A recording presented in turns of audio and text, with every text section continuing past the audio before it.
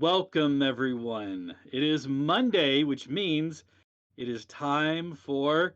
You would normally hear me say the troubleshooters, but today begins a whole new adventure, and there's nothing more exciting than that.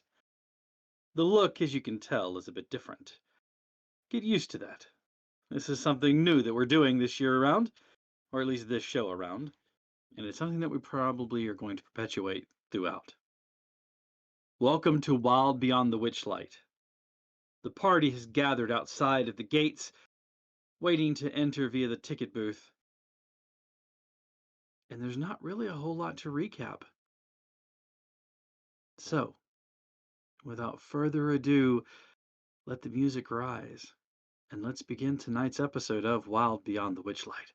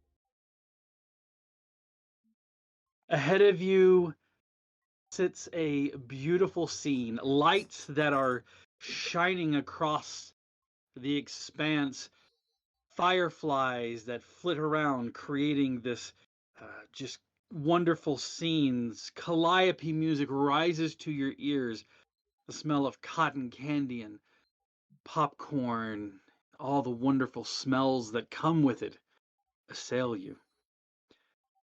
Ahead of you, this river of blue that wasn't there the night before encompasses the entirety of the carnival. The only way in is via the bridge which leads across in front of the ticket booth. Just outside of the ticket booth, you see a rather odd gathering. As they look at their passes, each one of them receiving a letter with a weird missive from some unknown patron asking them to come once again to the carnival, once again because they've been here before. It may have been years, and some of them, they were here whenever it started. And that's where we're going to begin this evening. As the party is gathered, let's do some quick introductions. I'm going to start with the furriest of our group. Before you stands a rather small, a diminutive creature. Noodle, introduce yourself. Hello, everyone. I'm Noodle. I am a river otter, very lightly clothed, just a bit of a sash over my shoulders, and to go with it, a shoulder bag that seems to have many, many pockets on it. I kind of wobble on my feet as I walk, using my staff to hold myself upright.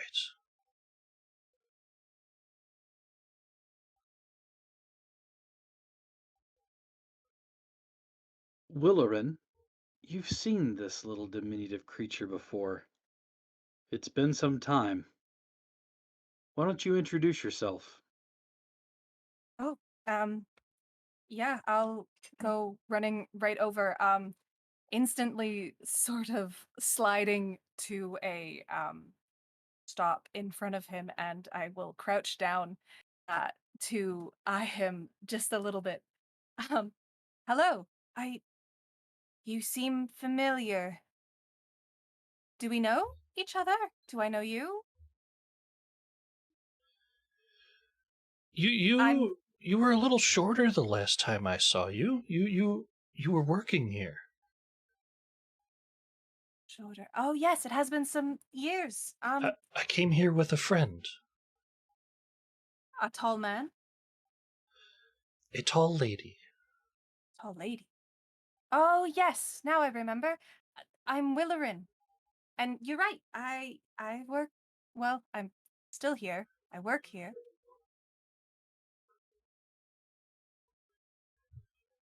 As the two become more acquainted with one another, remembering their time at the carnival, we see a rather tall figure making their way in. Styx, Ahead of you, you see a rather diminutive looking little otter folk, along with a horned, tusked tiefling. Introduce yourself, please. Hello. I am Styx. I'm a Goliath uh ranger. I'm wearing some light leather armor. Not a lot of colors jump out. The biggest thing that you notice about me is the fact that I don't have a lot of um markings like the usual sort of Goliath. I will wander up to them. Not quite sure if I want to introduce myself yet, so I'll just watch for a moment, try to, eye them out. Mhm. One of the things that you notice about them is that they are each carrying one of those same folded envelopes with the interesting stamp, much like the one that you have. Okay. Uh, I will go over and say, uh, are you two also here for the carnival? And I'll kind of hold out my envelope.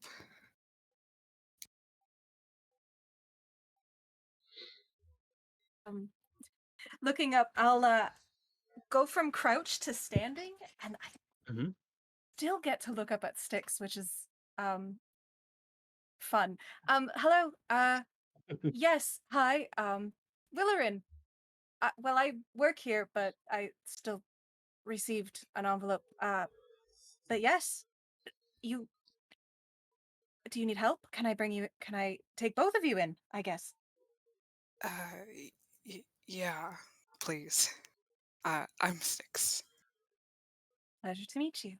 Ah, nice to meet you. You can call me Noodle. My eyes sort of bug out of my head for a second as I look down at this little otter man. Noodle. Okay. I don't think I've seen your kind before. I'm an otter. We're kind of everywhere. At least usually where there's water. He, normally they don't talk. Yes, that is new. I don't think you always spoke. Did we speak? I don't think we did. My friend usually did most of the talking.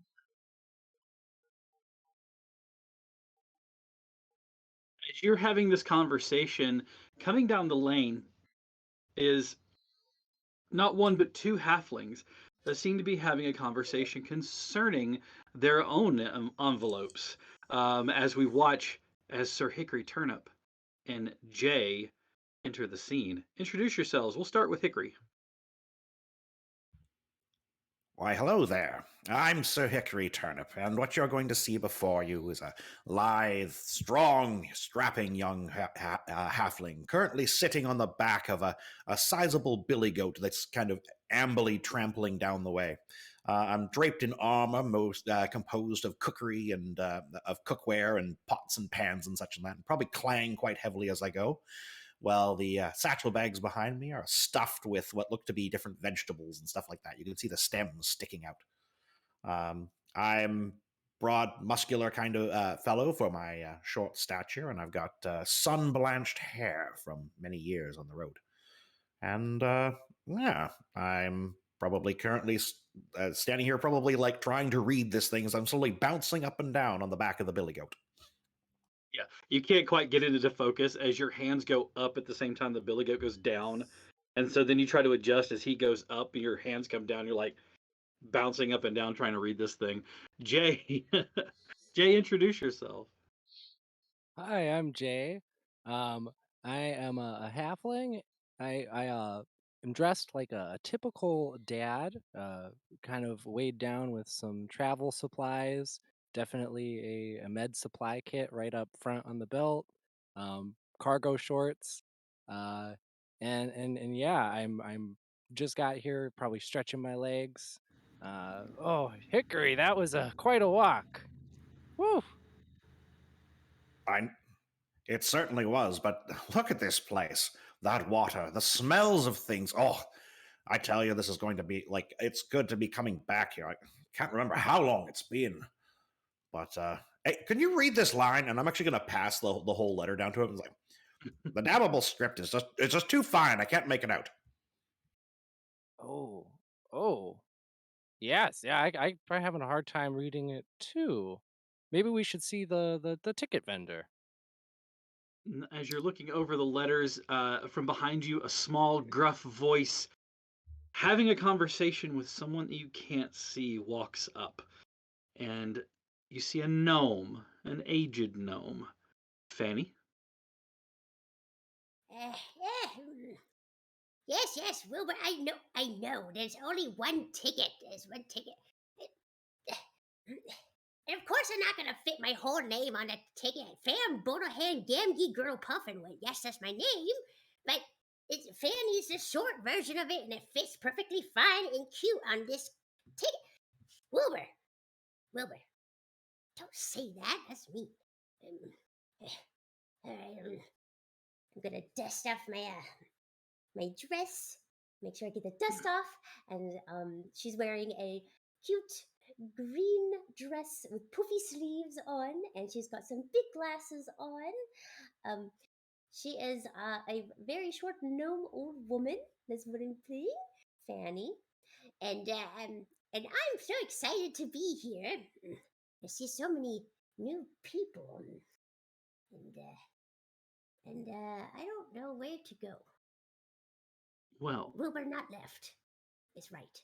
You know, I'm going to see the sitting on option. top of her head is a rather large toad. And it appears as though her conversation is being taken place with this toad on her head. As you all watch and come together, you recognize that all of you are holding a letter, and the letter simply says, "It is time for you to return to the carnival. Something is amiss. Things that have gone lost must be found once again. This must happen. This must take place. This must be set right. Each of you has lost a thing. I have a ticket waiting for you. Tell the ticket goblin who you are, and he'll take care of the rest." It's not signed, but each of them had a unique sigil stamped on it. As you are looking around, you can see, excuse me, looking around, you can see that there are all sorts of things, and the line going into the carnival has started to fill up. You all quickly, waving to one another and kind of ushering one another on, you all take a spot in the line. As you approach the booth, you can see that there's a silver statue of a dancing fairy mounted on the roof of it. And you can see that the statue is surrounded by fluttering butterflies. The booth is decorated with an animated depiction of the night sky with shooting stars arcing across it. An elderly goblin perches behind the ticket counter, one arm on the booth itself, peering out at you quizzically through a spyglass. He lowers the spyglass and calls out to you, "Greetings, fairgoers," as he waves you over.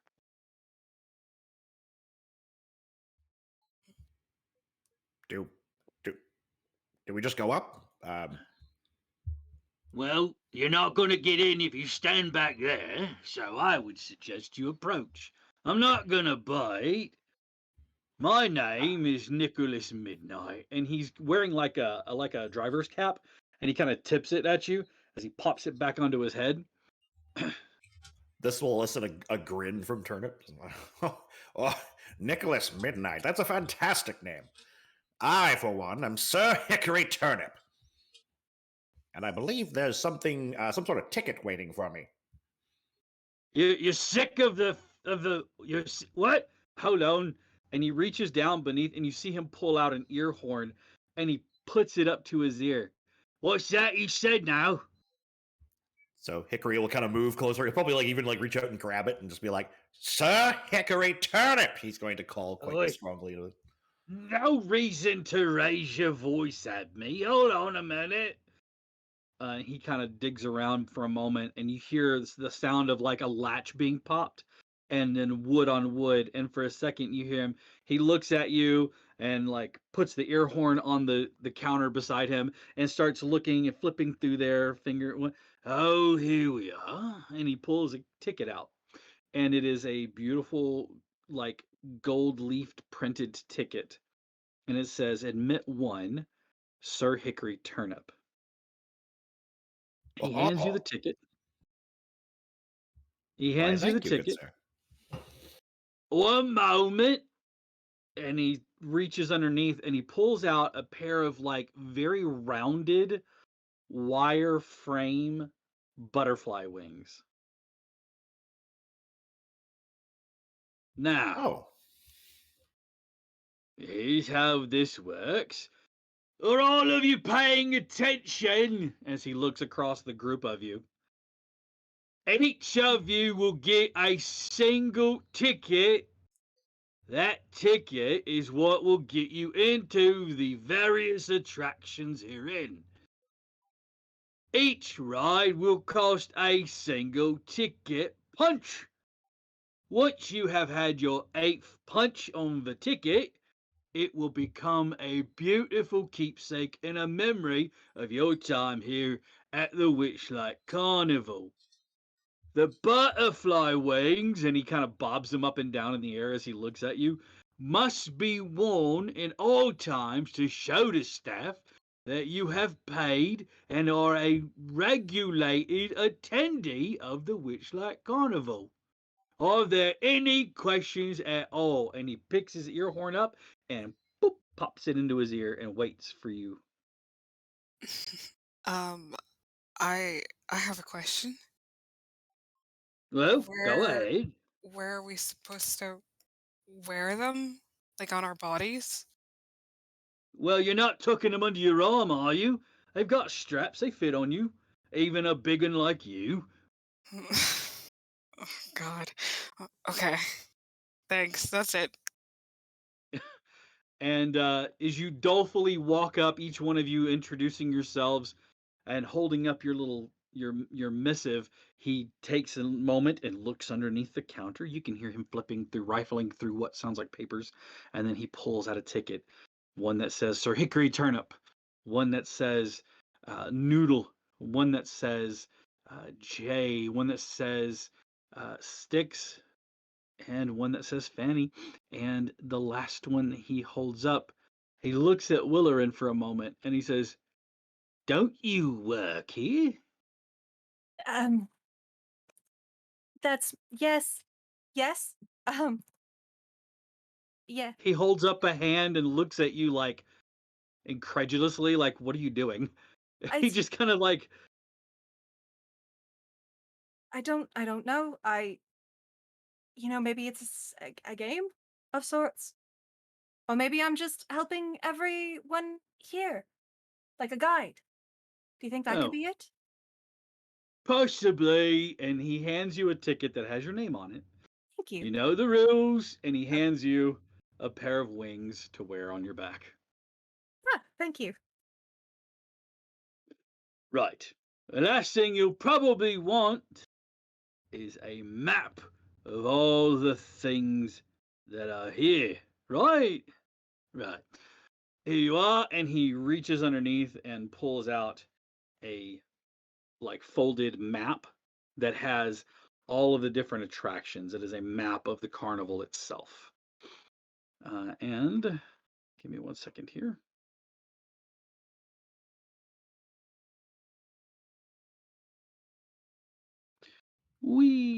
As we're syncing everything up. As you unfold it, you can see that it is a miniature drawn out map of the entirety of the carnival, including all of the rides that you can go to. You have the big top in the center, kind of in the northern center part. You have some of the gondola rides off to the side. There are dragonfly lily pads that you can jump onto. There are all sorts of things. And if you will give me 1 second here.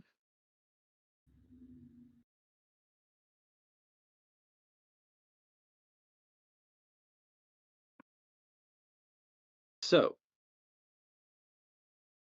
with that in mind, where would we like to start? You can look at all of the different things. There is a bubble pop teapot. There is a calliope, a carousel. There are dragonfly rides. There's a feasting orchard. There's gondola swans, hall of illusions, the mystery mine. There's even a pixie kingdom and the Silver Song Lake. There's actually snail racing, and of course, scattered throughout the entirety of it all are small stalls with other games. The carnival is yours to start. Where would you like to go? You had me at Feasting Orchard. Same. Sounds like a good plan. All right. Moving over to the Feasting Orchard, as you approach, music and mirth radiate from this park. The heady scents of flowers, mead, and berry pie waft through the air. Stilt walkers pluck fruit from trees, musicians drum, pipe, and strum, and everywhere there is singing, dancing, an inordinate amount of custard. As you approach, you can see that the feasting orchard, while it is there, bustling all throughout the night, it appears, with the activity of storytellers, musicians, and acrobats, the feasting tables are lined with all sorts of merrymakers and dancing spring up on at the drop of a hat, almost like a flash mob.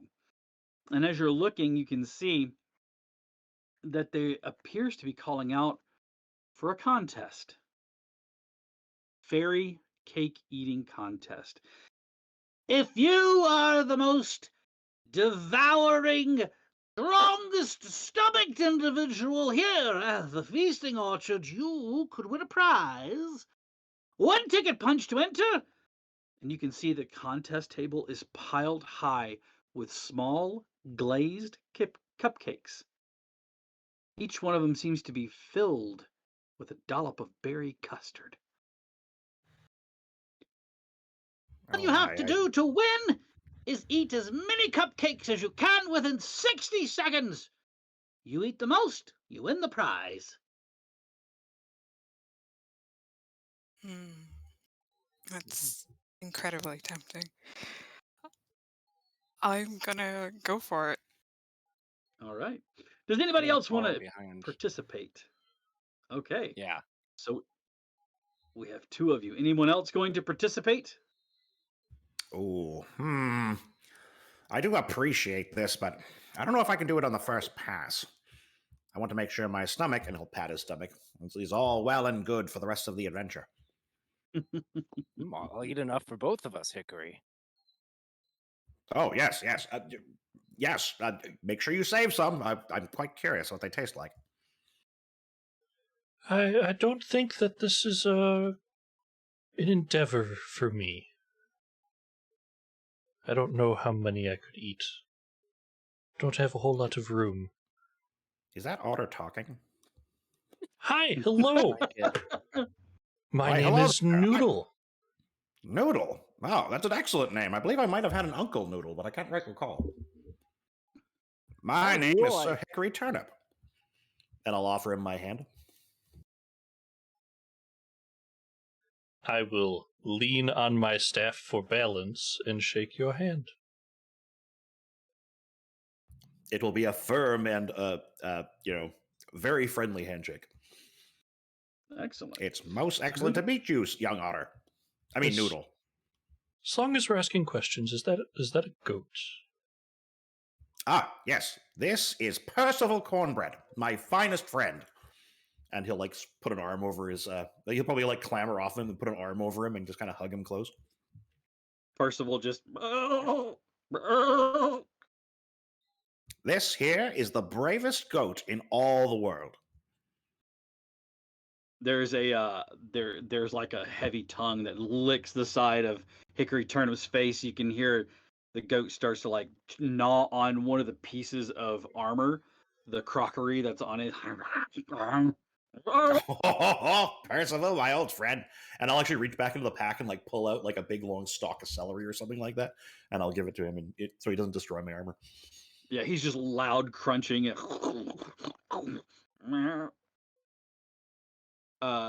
So who do we have entering the eating contest? I know we have Sticks. Are you in? Yeah, definitely. And let's see, Hickory or Jay?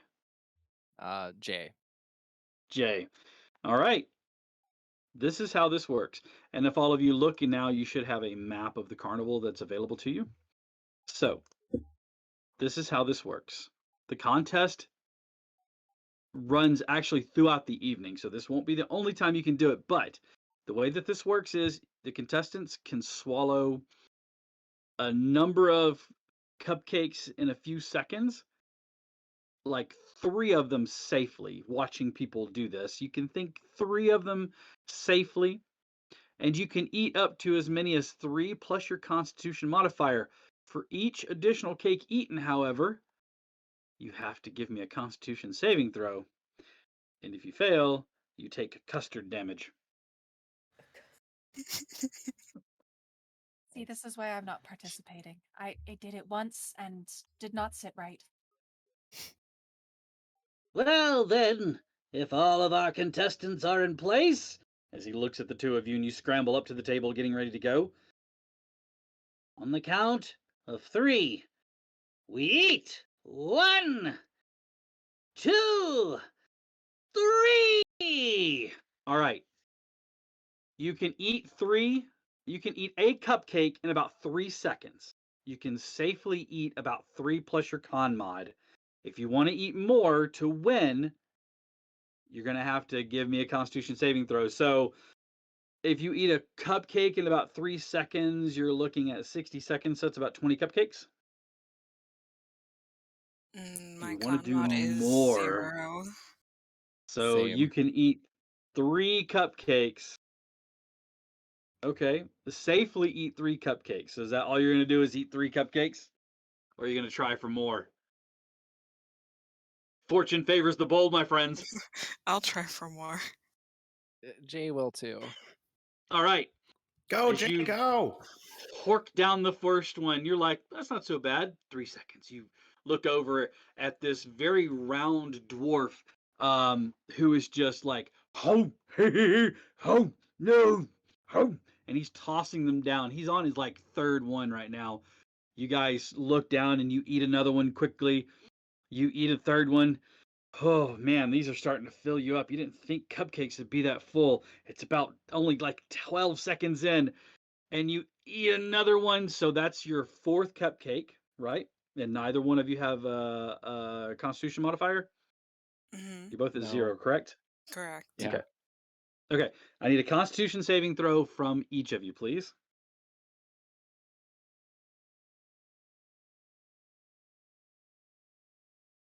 Mm, 10. All right. You're feeling a little full. Oh, but you can keep going. Do you want to try one more? Yes. All right. Oh, Jay, go ahead and give me a constitution saving throw, please. Okay. I rolled a 13. All right. You're good as well. Sticks, you hork down the 5th one. Go ahead and give me a constitution saving throw. Jay, do you want to keep going? Oh yeah. Oh, yeah. Go ahead and give me another Uh-oh. constitution saving throw. Oh, Oh, one. no. Oh, Oh, this one dry. You hork it down, but your stomach does that noise, and you immediately go, You're going to take 1d8 custard damage. Yes, I said custard damage. You take 2 points of custard damage. You reduce it from your hit points the way you normally would. Don't worry, though. Okay. Jay, how did you do? I rolled a 8. Okay. You put down the fifth one, but again, your stomach roils and churns. You're like, this may have been a mistake. Ooh. But you're able to eat, excuse me, you're able to get it down. You do take 3 points of damage. All right. You gonna keep going? No, Jay is hurting. Jay's like, I'm out. What about you, Sticks? You gonna try to get another one down? Yeah, Excuse me. I'm going. All right. Constitution saving throw for the 6th cupcake in a row. 12. Oh, you take a deep breath, steady yourself, regain your composure. I'm a Goliath. I can do this. Boom, that one goes down. No problem. All right. You gonna keep going? You're at 6 now. Let's try for 7. Mm-hmm. You look over at the dwarf, and he's got a cupcake in his hand, and he's just like, huh. And he sort of smashes it into his face a little bit. All right, go ahead and give me another Constitution saving throw, please. Fed is gonna cheer Sticks on. You Oh, got no. this! Defeat the 4. sweet! Crush the custard! You got this! You take 2 more points of damage. Oh, that one didn't sit well. Oh, your stomach is just churning now. You look over at the dwarf. He's got cupcake and custard in his beard. You're not sure if he's eating him or just smashing him into his face now. He opens his mouth wide and he gets it like halfway in there and he goes to take a bite and he sort of teeters for a second. And go ahead and roll one more time for me, another Constitution saving throw, if you want to keep going on. Yeah. All right, go ahead and give me another con save. Oh. Oh no! Oh, Another 2 points of damage as you watch the dwarf teeters right as they burn, and he slams into the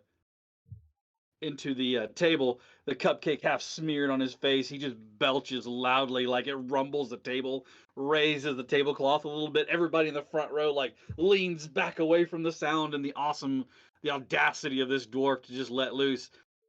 And he's just like, "Did I win?"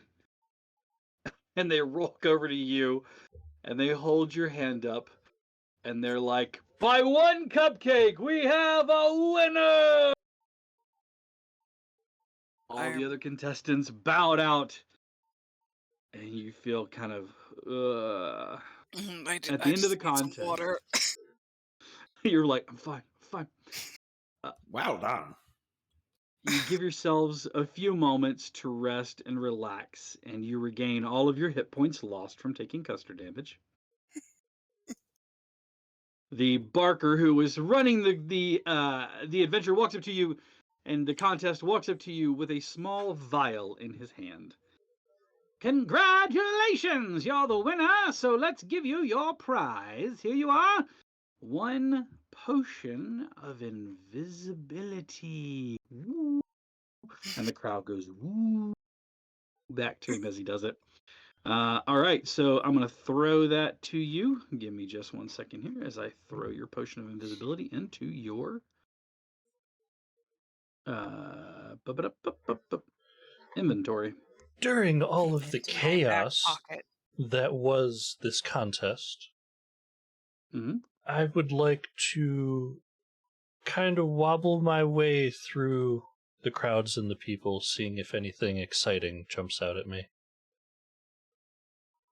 All right. Just looking for anything interesting. Give me a perception check while you're walking through. Yeah.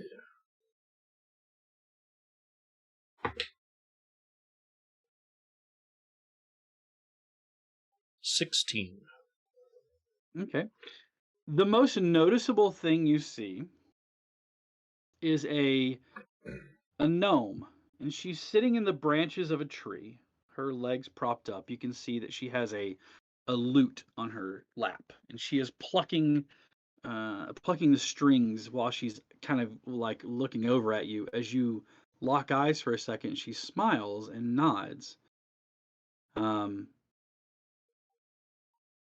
She kind of like keeps plucking and then kind of like nods her, like tips her head to the side at you. Kind of one of those like, hey, come here kind of things. I'm gonna waddle my way over there. She turns and you can see she has high boots that are that come up to just below her knee and they're folded over. She jumps down from the tree and she lands gently, like boom, like almost soundlessly. She slings the loot over her back in one swift motion and she says, "So, are you enjoying the carnival so far? Aren't the lights beautiful?"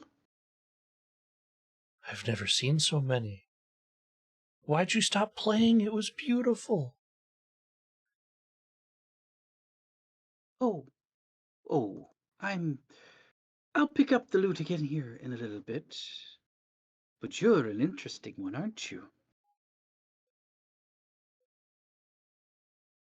I believe we've seen you before. You've lost something along the way, haven't you?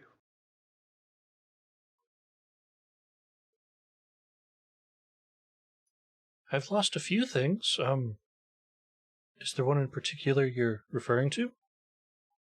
She tucks her hands behind her back and leans in close to where you're almost like she's looking up kind of at you a little bit and she goes, "Sure, we've all lost some things along the way, but something's more important than that. Something near and dear to your heart. Do you recall what it is?" I may, but I don't know if that one can be returned. I guess time would tell.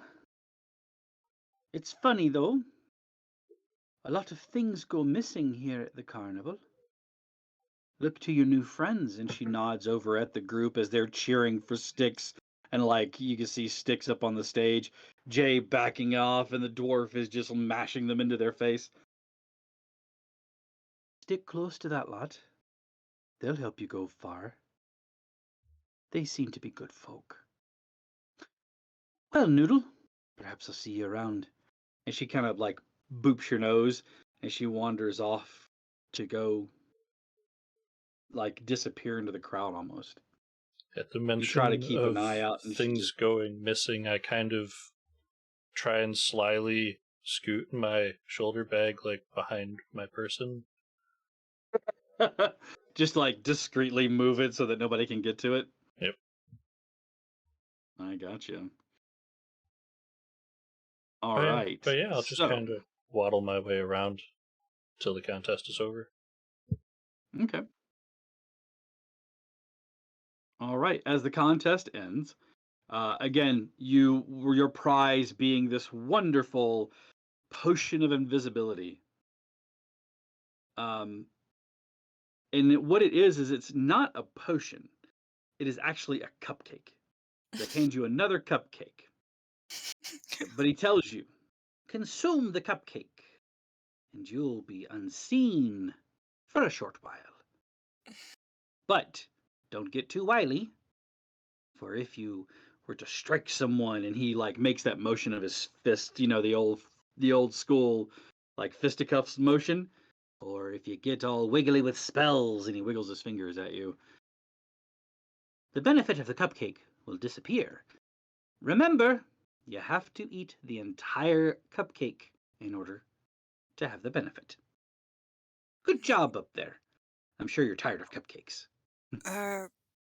No, I could probably still back a few in, maybe. Well, you've won one prize. Unfortunately, you've won the contest. You can't play again. But if your friend comes back, mayhaps he will win. In the meantime, and you watch as he like pulls a ticket punch out of nowhere, and he punches one punch into your ticket and one punch into Jay's tickets. Well, enjoy the rest of the carnival. There's much to see and much to do. And with that, he starts to go back.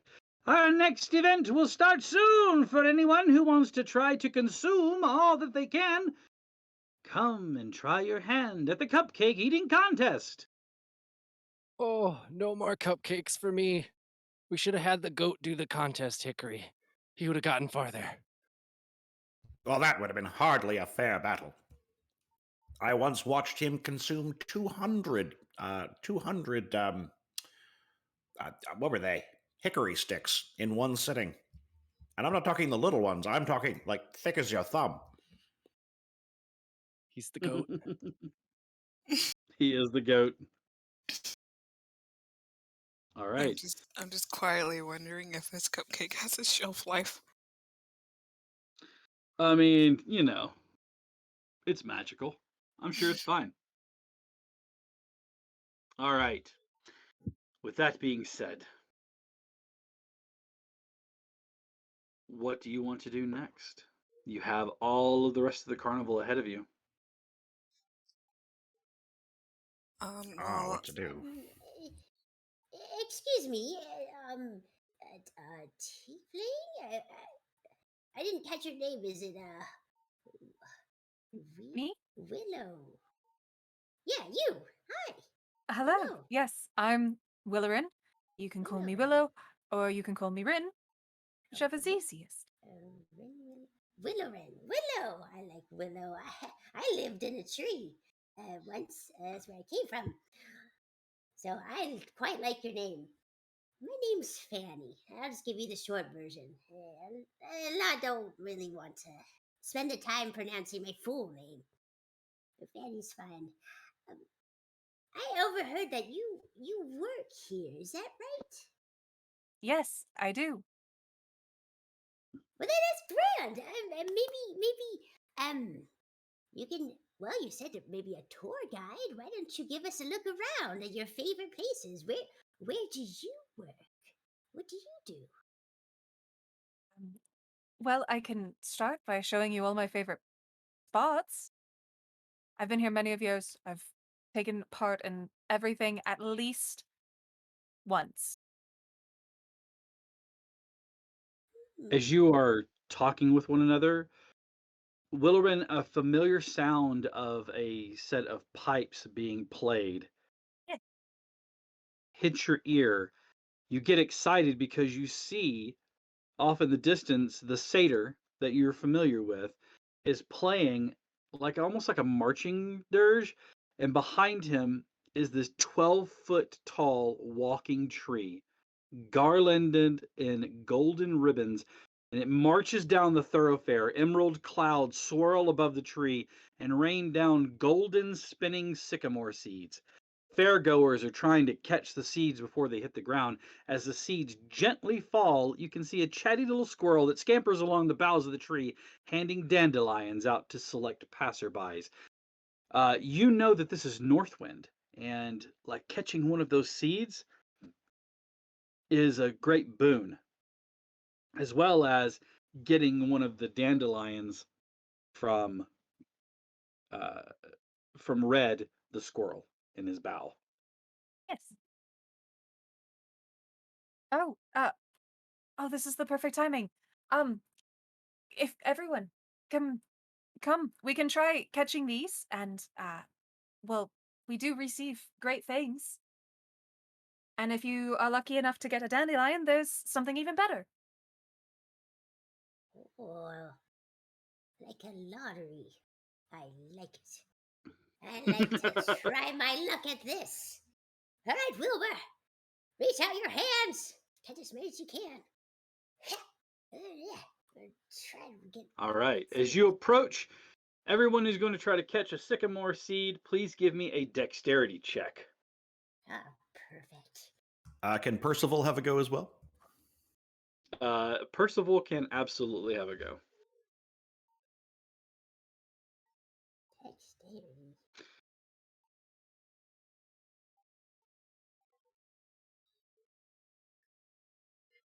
It's an 18. All right. 18. Okay. Sticks, 15.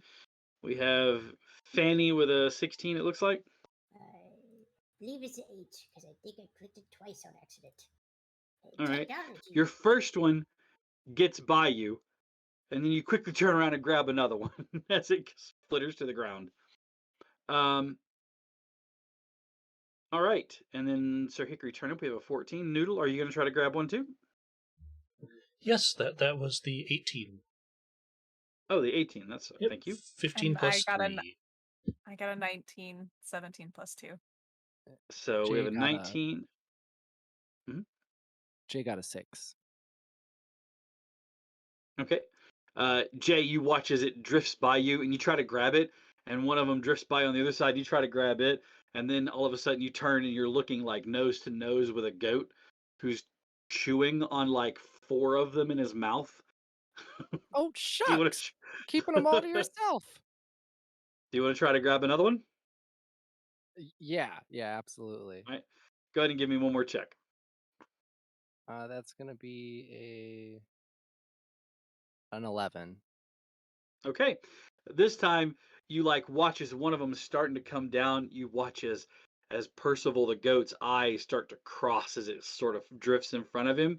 You watch as his nose tips up to try to grab it, and you quickly snatch it out of the air and hold it for yourself as he's it continues to chew on whatever it is he has in his mouth. This one's mine. All I'm gonna right. try one more time. I'm gonna hike up my dress, exposing my luscious ankles with pink leg warmers. Feast Pink your leg eyes. warmers. Nothing can stop me now. And leap. And boop. Yeah. The extra leg warmers channeling a 1980s dance film. You were able to leap into the air and grab one of it. So everybody has one. So let's start with Fanny. As you grab it, it sort of warms in your hand and it seems to like draw on you. It almost melts away as it like kind of puffs at you. As it does, you gain a gift. Oh, we're so warm. How cute. You feel inspired by the show of all these dandelion and all of these sycamore seeds falling, and for the next dawn, before the next dawn, you have a d8 which you can use to add to one ability check that you make. So you gain a d8 to add to one ability check of your choice before the next dawn. Wow. That's Jay. the best little seed I've ever had. Nice. Jay, as yours falls on your hand, you're looking at Percival, who his eyes are crossed, bleeding at you before he goes back to chewing. And for some reason, you find that absolutely hilarious. You've gained, until dawn, you've gained the personality trait of I am easily amused. Any conflicting character trait that you may have is suppressed in the meantime. Beautiful. Jay is kind of like laughing around, playing with the goat. He's like, "Well, this one's mine. You can have the rest, okay?" All right. Otter. Sorry, Noodle. I gotta get the otter folk right. Noodle. Noodle, as it lands on you, you look over at Jay, who is talking to the goat that's bleeding at him, and you too find that highly amusing as you gain the same feature. The following personality trait until dawn, you are easily amused. Any conflicting character trait is suppressed in the meantime.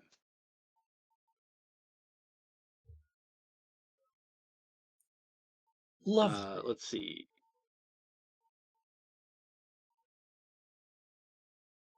Willerin. Having seen this happen so often, you kind of smile watching everybody receive their gifts. Your seed lands easily in your hand, and as you watch, it lights down, doing that spinning thing that it does. As it touches your hand, it pling turns into a single gold piece that you can add to your inventory. Oh. Oh, perfect.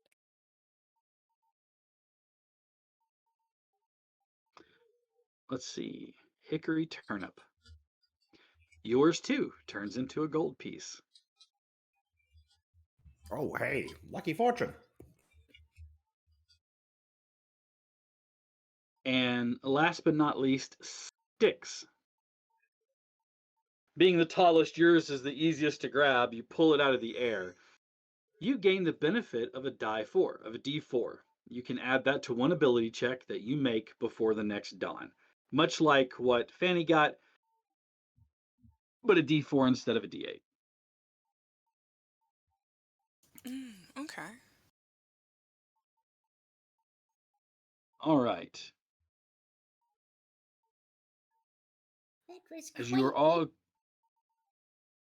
stunning sight there. It, I've been walking with you, Lot. I didn't really quite catch your names again. Can you, I got Willowen and a turnip. Sir Hickory Turnip, well met. Sir Hickory Turnip.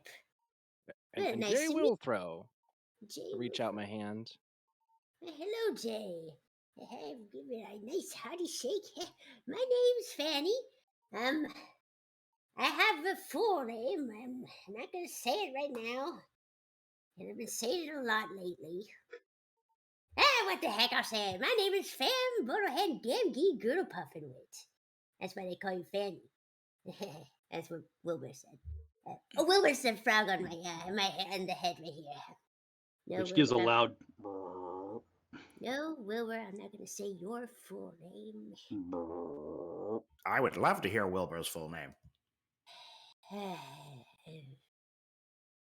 All right, it's Wilbur and Montrose Havensharp Thistlewhip.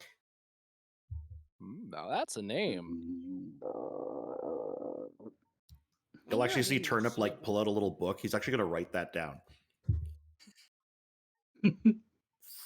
Wilbur Garber Thistlewarp.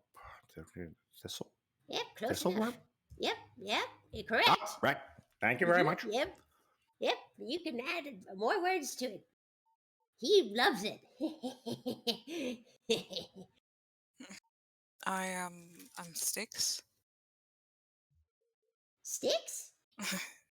Yeah. Cute. Is that short for something? No. just Sticks. I love it. Well, multiple uses for sticks. Like turnips and fannies. That's a dirty joke. You're probably too young to know that. Not that sort of stick. Just imagining this really tall Goliath looking down at this really short gnome having this conversation. Like the height difference is ridiculous. And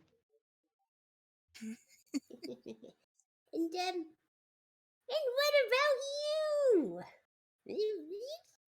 Looking at the other folk.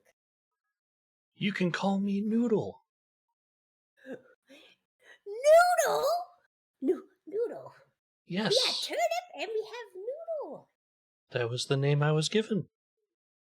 That is very cute. That is really, really cute. And very original. Is that common in a noodle? Is it because you're long? Or do you like noodles? Sorry, I'm asking too many questions. I mean, I didn't give this name to me, but maybe they like noodles. Maybe they did. I don't remember them eating a lot of them, but who knows? It's a good name. It's a good name. A lot of people like noodles, so they'll like you. Plus, you're cute. Indeed. Sticks, as you are standing there, along with Noodle and let's see, one more. Let's give it to Jay. The three of you are given a dandelion. Ooh. Oh, beautiful. Just yeah, and just like a dandelion puff. So just like a dandelion puff, you watch as people are closing their eyes, thinking for a second, and then you watch as they blow the dandelion puff and the seeds fly in through the air. You're Mhm. watching as everybody does that. The squirrel gives it to me.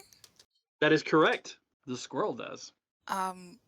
Before the squirrel can go, I will quickly shuffle my hands through one of my various bags and pull out a dried fruit and try to offer it back. It looks at you for a moment and puts a hand against it, a little paw against his chest, and looks at you and says, Why, thank you. No one has ever given me a gift. I appreciate your offering. I will take it and be thankful. I hope that you enjoy the carnival. and it takes it from you, and then runs back up the tree branch, starts to hand out dandelions to people as he goes. Cute.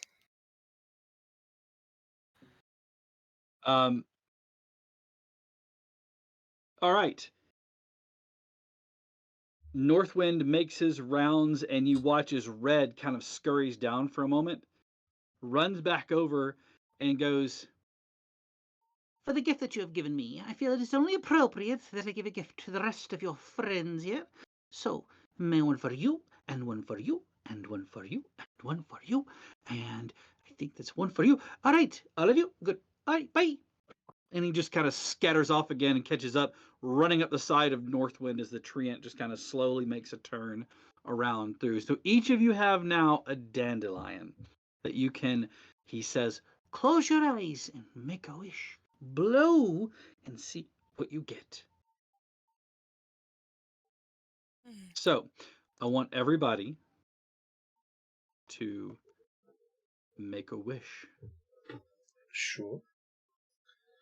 Also, it would seem we have all received a party boon. A party boon!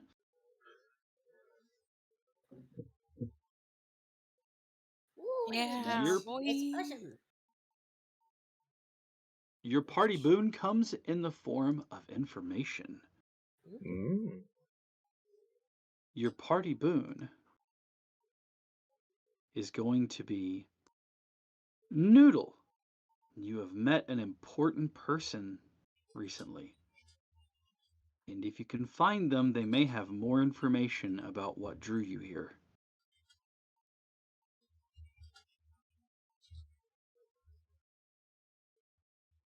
Okay. I want everybody to make a wish, and here's what we're going to do. I want all of you to make a wish, and I want you to write that down and send it to me. So write that to me in Discord. I want everybody to give me their wish, okay? Don't say it out loud. Take a moment to think about what your wish is, and then write it down and send it to me.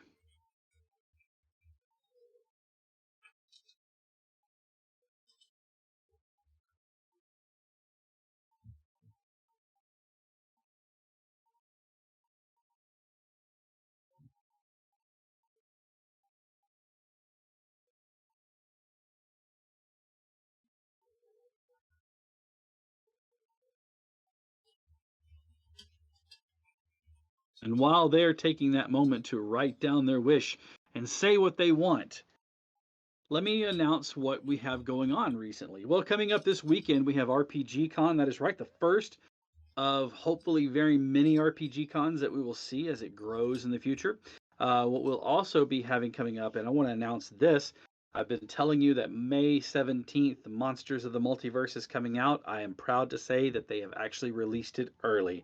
A day early, and we actually now have Monsters of the Multiverse available to us to use. It's already in the D&D Beyond store, which means that we already have it. So there we go, folks. D&D Beyond has released the new Monster of the Multiverse. Oh, Those are also wholesome. I love all of you. The new Monsters of the Multiverse is out. It's really interesting because they changed not the main races out of the player's handbook, but they changed all the monstrous races that you saw in some of the other books, specifically with Mordenkainen, Tome of Foes, and Volo's Guide to Monsters. Those have all been left as legacy, and the new changes are out now. And that's also the same case with the monsters, which is really interesting because they've upped the HP on monsters, which is something that I said that I really kind of was hoping that we would see as a change to the monsters that makes them a little more robust, a little more powerful. So go check it out. Again, that's on sale right now in dndbeyond.com. Coming up on May 22nd, I believe, is their cutover date. So they will officially move from their old fandom to the new D&D launch. So I'm looking forward to it. Can't wait to see what they do with it. I am excited as well. I had the we're going to get off topic from the game for a second. I had the pleasure of meeting Adam Bradford. As a matter of fact, that's the reason why we have the things that we do. Great guy. And I watched him do what he did with D&D Beyond and build it to be this incredible thing, along with all of the other people who put in that effort. And now he's doing a new thing called Demiplane, and you should check it out. It's a really great way for people to connect, and it's more of a virtual tabletop than anything else. But it is a nexus point for different RPGs, such as Pathfinder, and it incorporates a lot of what you see with other virtual tabletops. But Demiplane is the new one. You should check it out if you get a chance. Speaking of, you'll notice that tonight we are doing everything within Roll20. That is correct. We are having a great time, and I'm going to move this here so everybody can see the background change. This is actually our map of the carnival.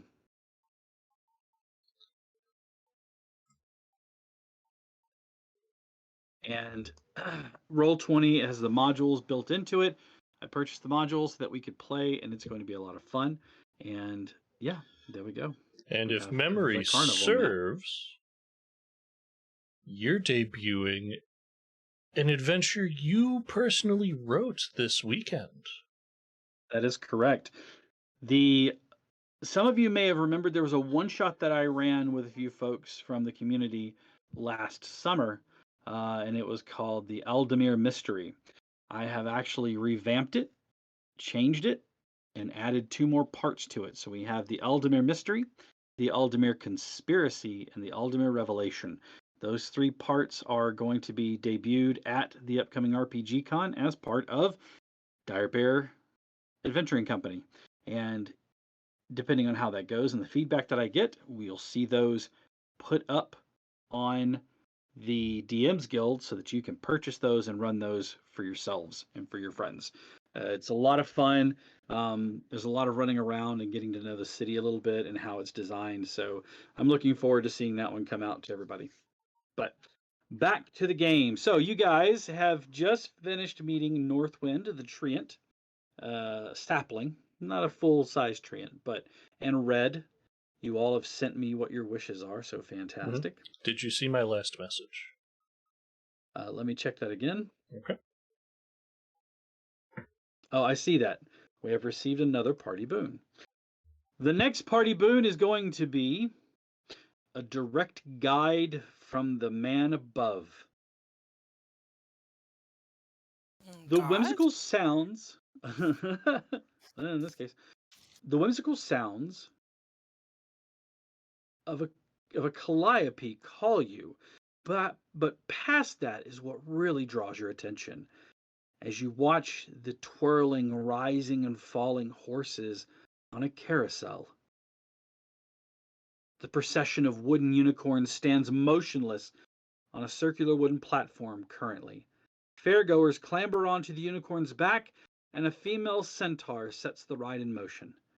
The unicorns shake their manes and creak to life, cantering around the carousel to the delight of their riders. No wooden horses are these, as they sort of come to life and ride their track as the music plays.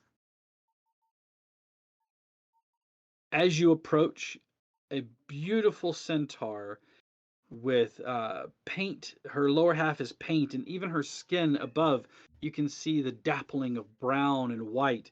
She looks absolutely gorgeous. You can see blue and black butterfly wings on her back, marking her as part of the official. Around her lower part of her legs, you see gold bands, and gold is braided through her mane and tail. As you approach, she looks at Willerin and smiles. "Hello, friend," she says. "How are you?"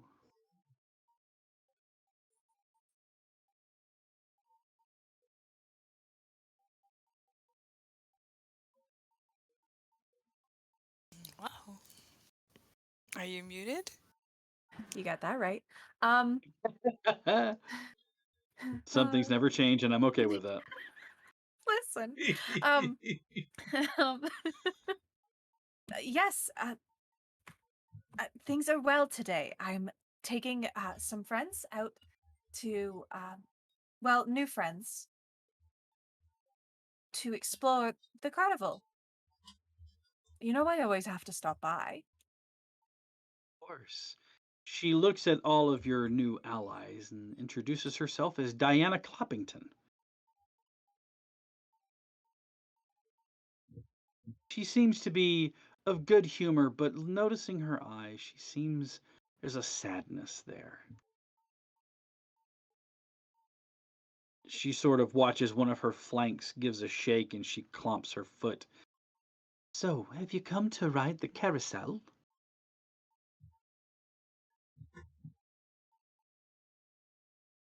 Well, I'm certainly interested in doing so. Excellent. If She that's looks okay with you, over. Percival. I knew you'd understand. Pat, pat, pat. I've never have actually ridden one of these. Do I need to know how to ride first? Is there a prereq of skill? Oh, I didn't get to Diana, try this last time I was here. I'm absolutely going to try.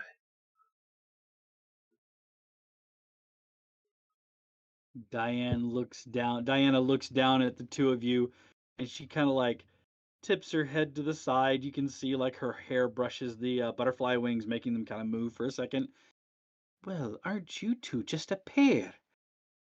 "No, there's no prerequisite for riding the unicorn, and you absolutely must ride. Come on, I'll introduce you." And you can see that the carousel is coming to a stop, and you can see that there are eight unicorns that are in pairs. So there's two per little area. Um, each unicorn you can see has a name tag on its bridle. However, while some of the names are legible, the other name tags are worn and indecipherable. This is where your party boon comes in. Party, there's a clue to be found here.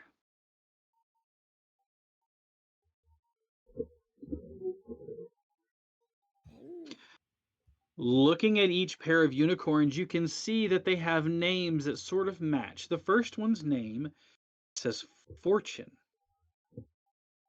The other one merely holds a B and is missing three other letters. The second pair, the first one is named Pride. The other one, all you can make out is the first letter, which is an F, and the last one, which is an L.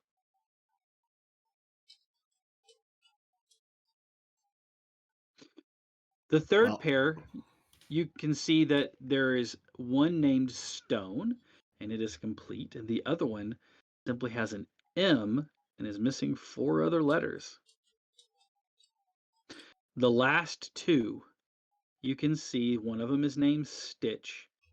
The other one is four letters long, but the only one you can see is the third letter, which is the letter N.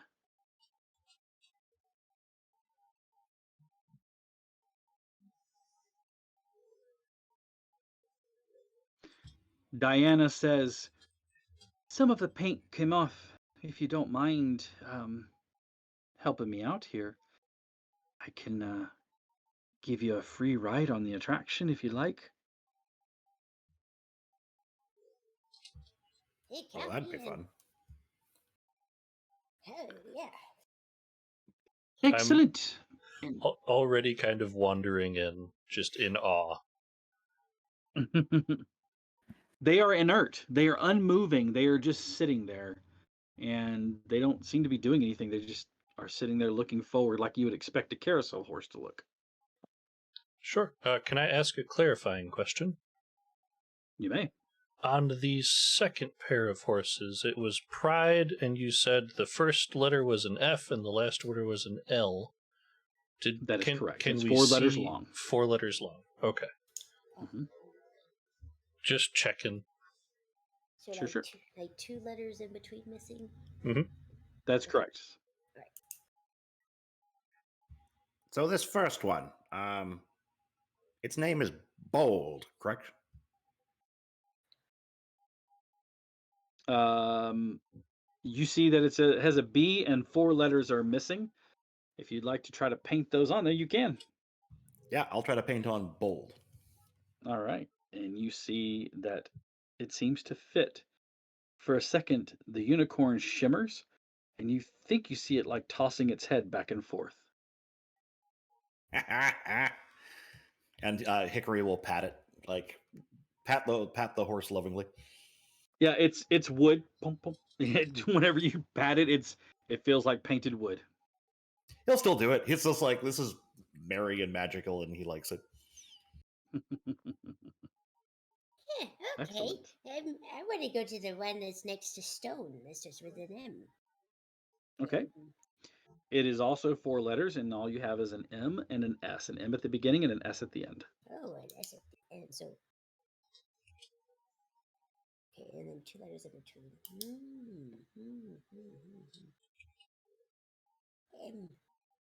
I'm gonna put moss. Okay. MOSS. Carefully, delicately paint the O and the S from their missing spots, completing the word moss. There's a shimmer as the unicorn sort of like shimmers along its side, and you watch as one of its legs, which was currently down, lifts and goes back down, then lifts again. And it's now has its head thrown up, and its front leg is raised up as well. Yeah, that's cool. So we have bold and moss. What about the other the other ones? Jay is examining one of the other horses, Mm-hmm. and he's looking around. I'd normally be absolutely terrified of horses in any sense, but I feel in a good mood today. I don't know, maybe it was all those cupcakes. You did do have a mighty fine performance there. All right, so you're approaching the unicorns on the carousel? Yeah, and can I examine the third one and what it says? Okay, so the third one was moss, but we have the second pair, which has the F and the L, and it's missing 2 letters in the middle. And the fourth pair, which is one of them is named Stitch, and the other one is 4 letters long, but the only letter that's still showing is the third one, which is an N. It's You like we're said playing Wordle today. but one of them has F and L and 2 missing letters in between. Yep, an F at the beginning, an L at the end, and 2 letters missing in between. Could I put in A and L to make fall? You can. As you paint carefully the letters A and L, completing the name Fall, you watch as the horse shimmers and it tosses its head excitedly before coming still again. Oh, well, that was interesting. One last pair. Can you remind us again one more time what that one Sure. was? The last one is Stitch, and the other horse is the one that's missing the letters, and it's 4 letters. Something something in something. Something something the letter N something.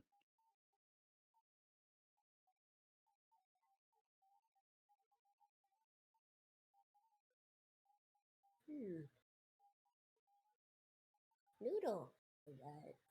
Stitch or Witherwind, do you want to give it a try? This last one.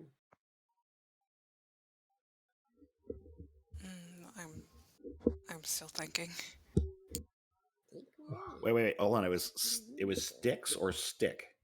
Stitch. Stitch. Stitch. Pardon me. It's okay. The storybook of I the think I Blue know, Alien. but if anybody else wants to take a stab at it first. Or would it be unfair for me to partake? I'll look at Diana. She just nods. She like kind of tosses her shoulder. She says, "Right now, I believe you're just a patron, so." Oh, that's And she That's just true kind of too. shrugs. That's true. Well, if everyone's all right with it, I'll write the name, Yeah. What you got? and I will go up and I will write 9. As you write the letters N-I and then E to complete it, there's a shimmer, and the horse flicks its tail back and forth excitedly before turning. The unicorn flicks its tail back and forth excitedly before turning back into wood. Diana says, "Ah, that all makes sense. You've got them. Well, a promise is a promise. Jump on board, and I'll give you a ride for free." Dibs on Moss. Okay. I'll take bold. All right. I'm going to clamber my way up onto whatever one is closest. Okay. Hey, I'm gonna need help. You know. I'll help Fanny up, Oh, if that's all thank right. you, dearie. Yeah. Thank you. That's so sweet of you. Of course. I'm just gonna stay back and watch. I'm All going to right. attempt some dope monk shit to get my way up onto this horse. Just Noodle scrambles up on top of the horse. You're not gonna ride, Sticks? Yeah, before the ride starts, I'd go over. You're sure you don't want to ride? It is free. Mm, I worry about my size. There's no need to worry about that here. If anything, you're quite a marvelous height and size. It's quite impressive, actually.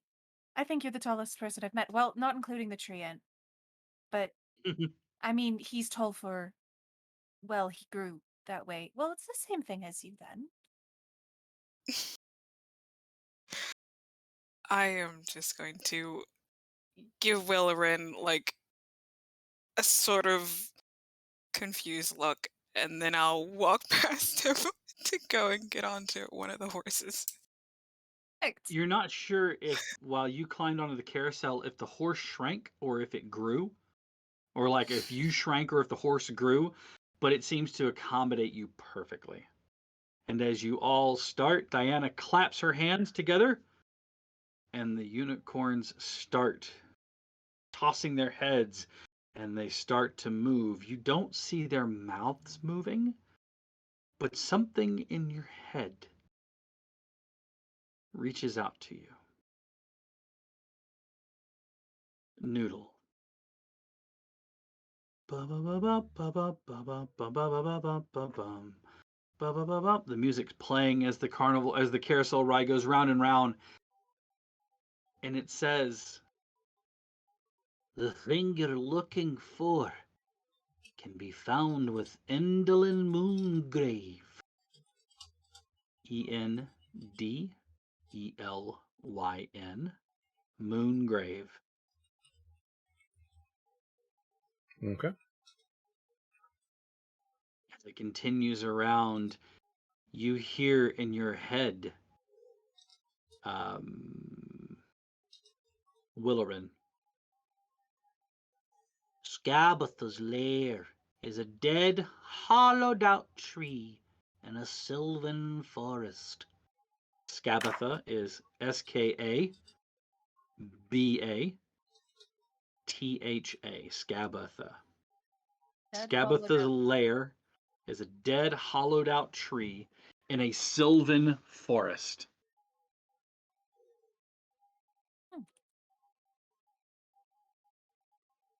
The music continues to play.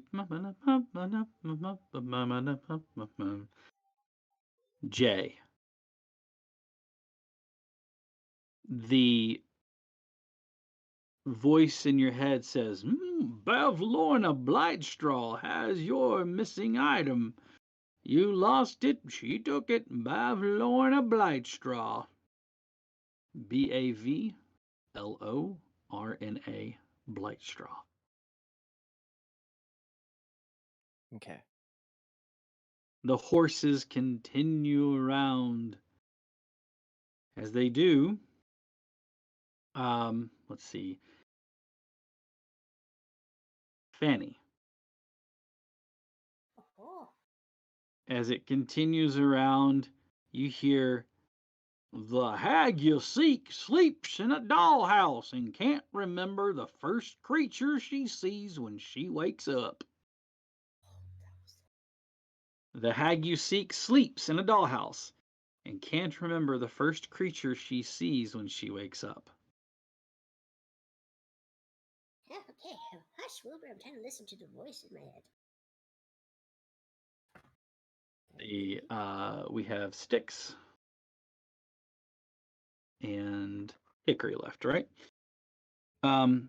Styx, as you are riding around, you hear, 3 hags have seized control of Zybilna's domain and split it among them. Together, they form the Hourglass Coven. 3 hags have seized control of Zybilna's domain, Zybillna,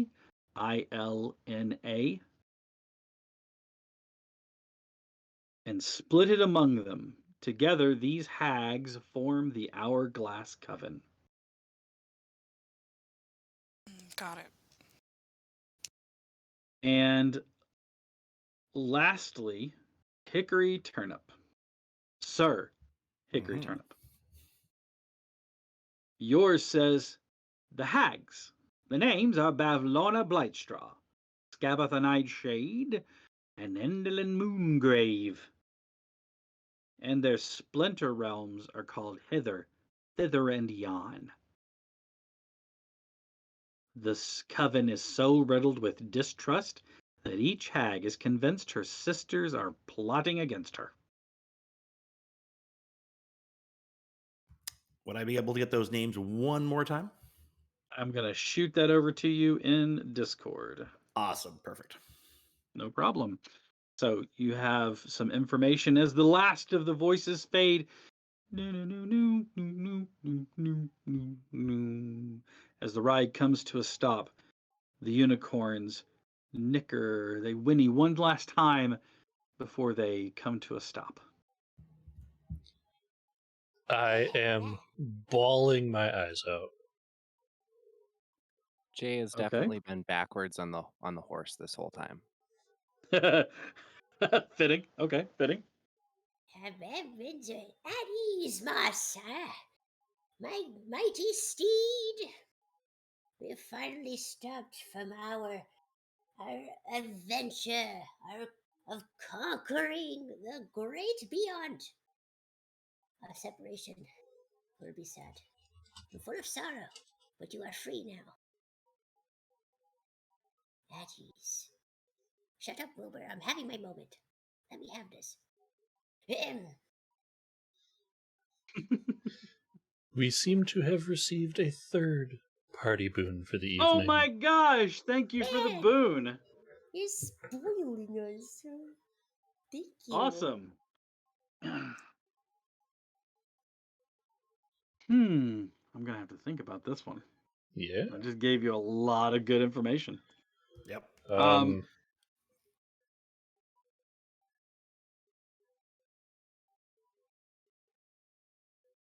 Styx is going to help Fanny back down. Oh, While thank Styx you, helps Sunny dear. Fanny, I'm gonna go check on Noodle. Yeah. What's wrong with him? The music was so beautiful. Oh. Noodle, that's very sweet. Do you probably don't need help, but I'll offer it. Or tissue? Just kind of shakes my face vigorously to get the tears off my face and clambers down from my horse.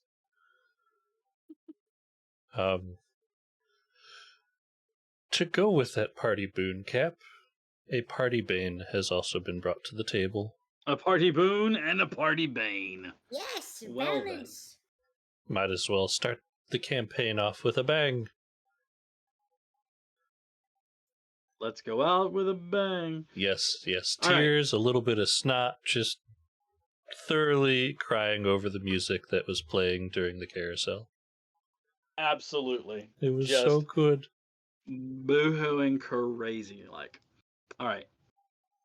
You have other things that you can do.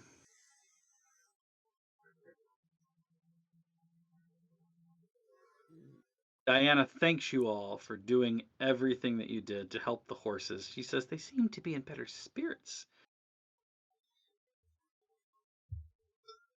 That's really good. I'm happy. I'm happy we were able to help. That was fun. Does she look happier now? She seemed kind of sad when we first came up. Give me a perception check. Yeah.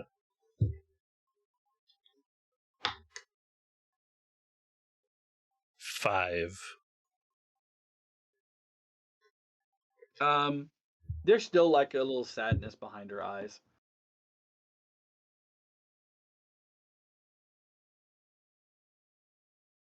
But she waves at all of you. Come back around if you want to take another ride.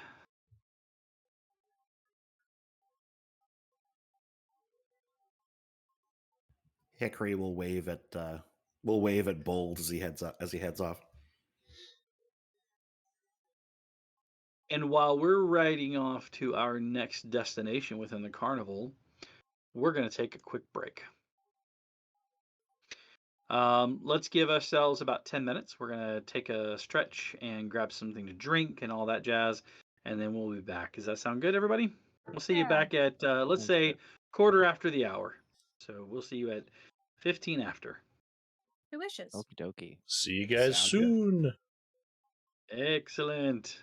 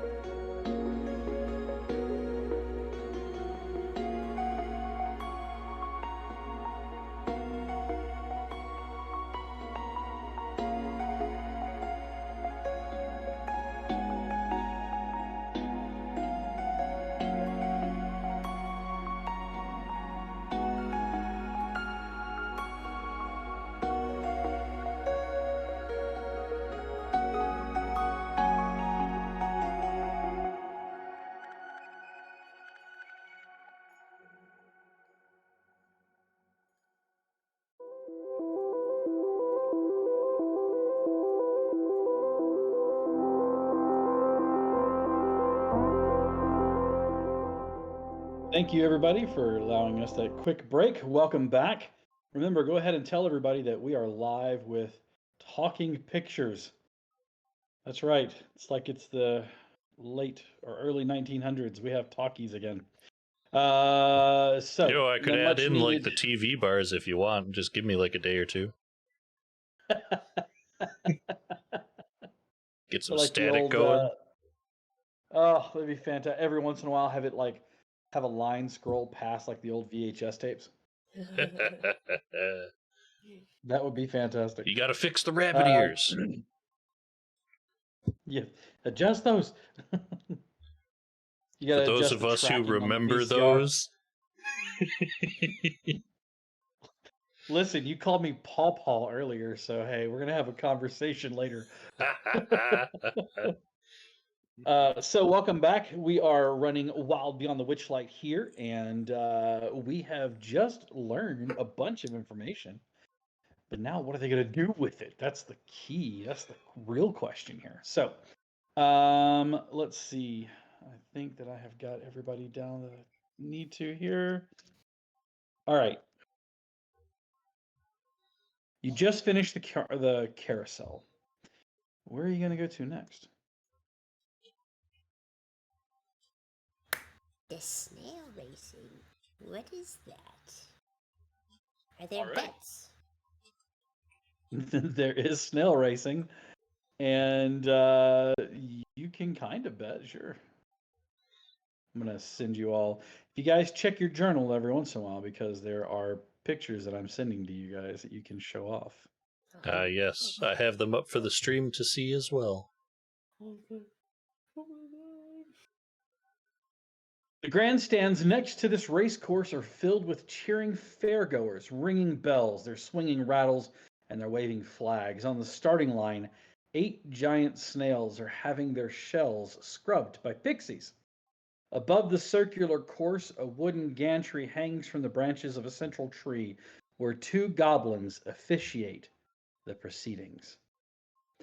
Snail racing, you've learned, Willerin, is highly competitive. The fast-paced sport that draws a lively crowd.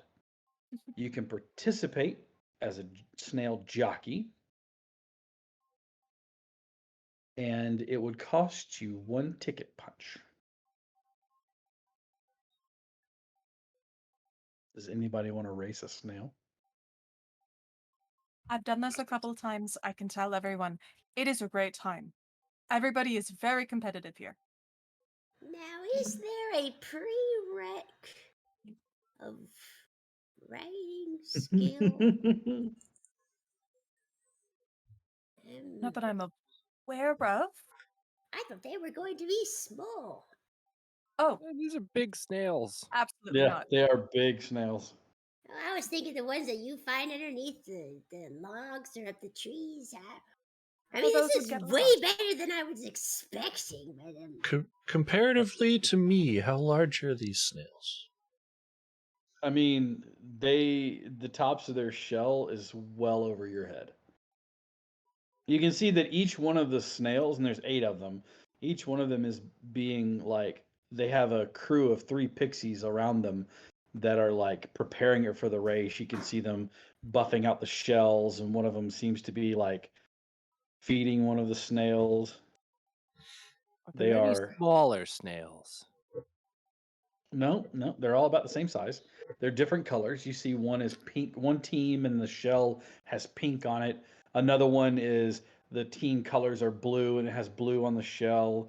Another one is purple, like purple swirls along the shell, and the team is purple. Another one has green checkers all over it, and it's the team yellow or green. There's yellow, orange, red, and black.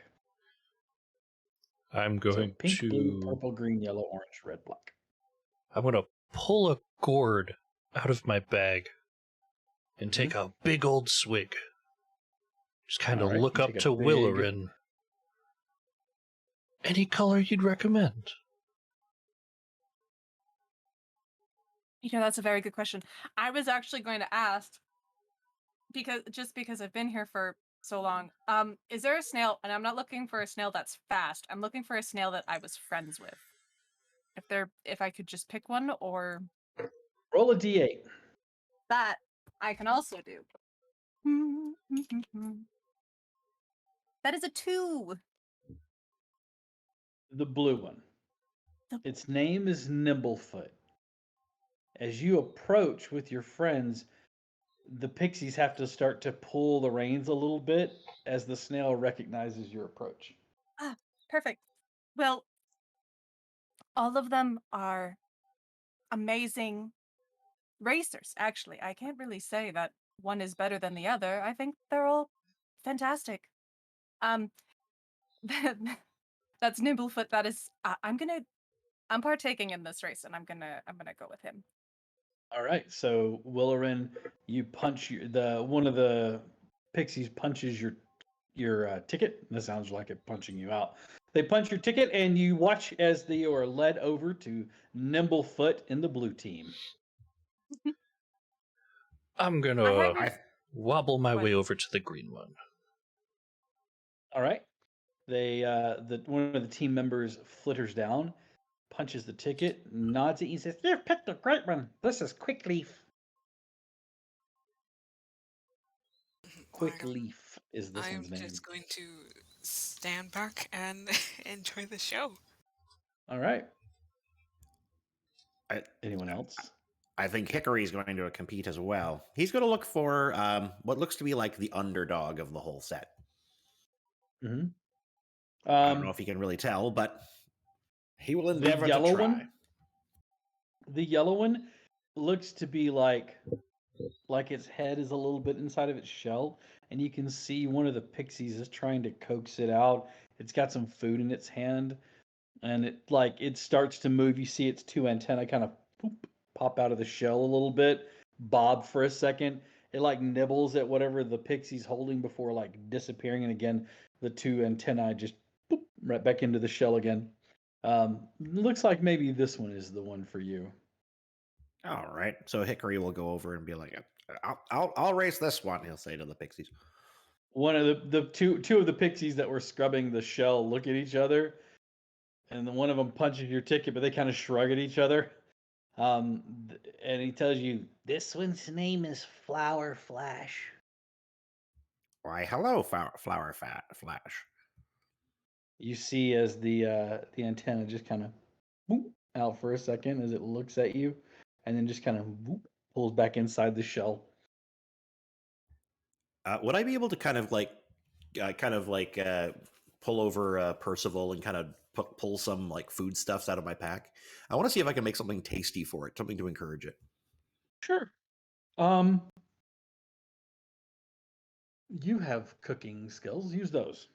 Yeah. Let's see here. I've got cooking utensils and I'm trained in them. Cooking is what skill? If you go to your equipment,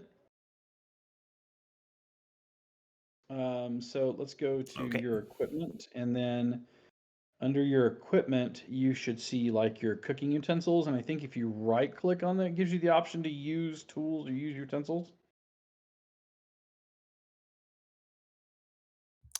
It doesn't seem to. It just says.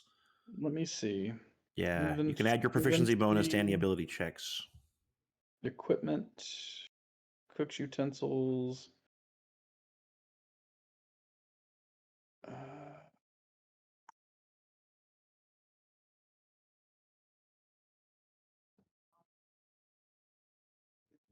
The way of doing this, because I've talked to somebody about it and we got it working. And I actually want to say it's one of you guys, but I could be wrong. Let's see. Equipment, cook utensils.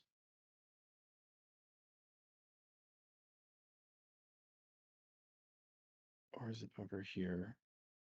Tools. No, that's not it. Just give me a roll, proficiency plus your wisdom modifier.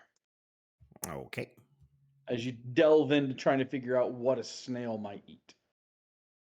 And I think I get a plus 1d4 on this as well because I am a mark of hospitality one. Halfling, I should say. Awesome.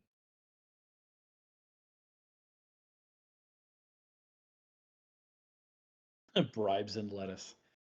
Come and get it.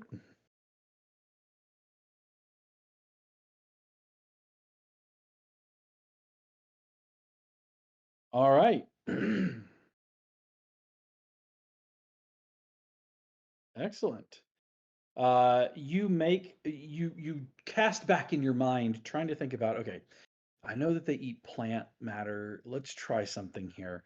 And so you end up making basically a salad using a lot of greens and some fresh veggies that you still have.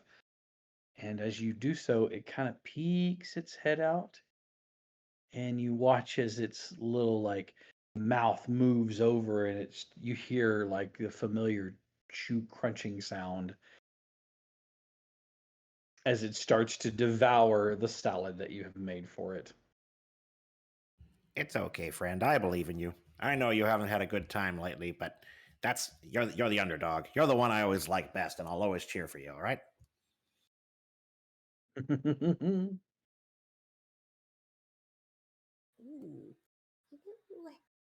Sticks, here, hold him. Like, do you Wilbur? Oh, okay. All right. I will. Enough of that, Wilbur. Hey, you don't like sticks. The frog is he you don't know the mannerisms or the facial structure of a frog and how they express themselves, but as you're looking at this frog, you get the idea that he is just very put out by his current predicament. Don't worry, she's coming back. I'm gonna write me a snail. He I like just to go to the ribbits pink one. loud. He just ribbits loudly at you. Back to you. I give him. I stick my tongue out. I am just going to like gently cup a hand over him so he doesn't try to jump or anything. Oh, like I imagined you're holding him with your thumbs on his back and like your fingers in his stomach, so his legs are just kind of splayed out. Just Uh, all right. the most awkward hold. So you're not writing. Anybody else who is writing? So I've got Noodle. Correct. Okay. I am participating.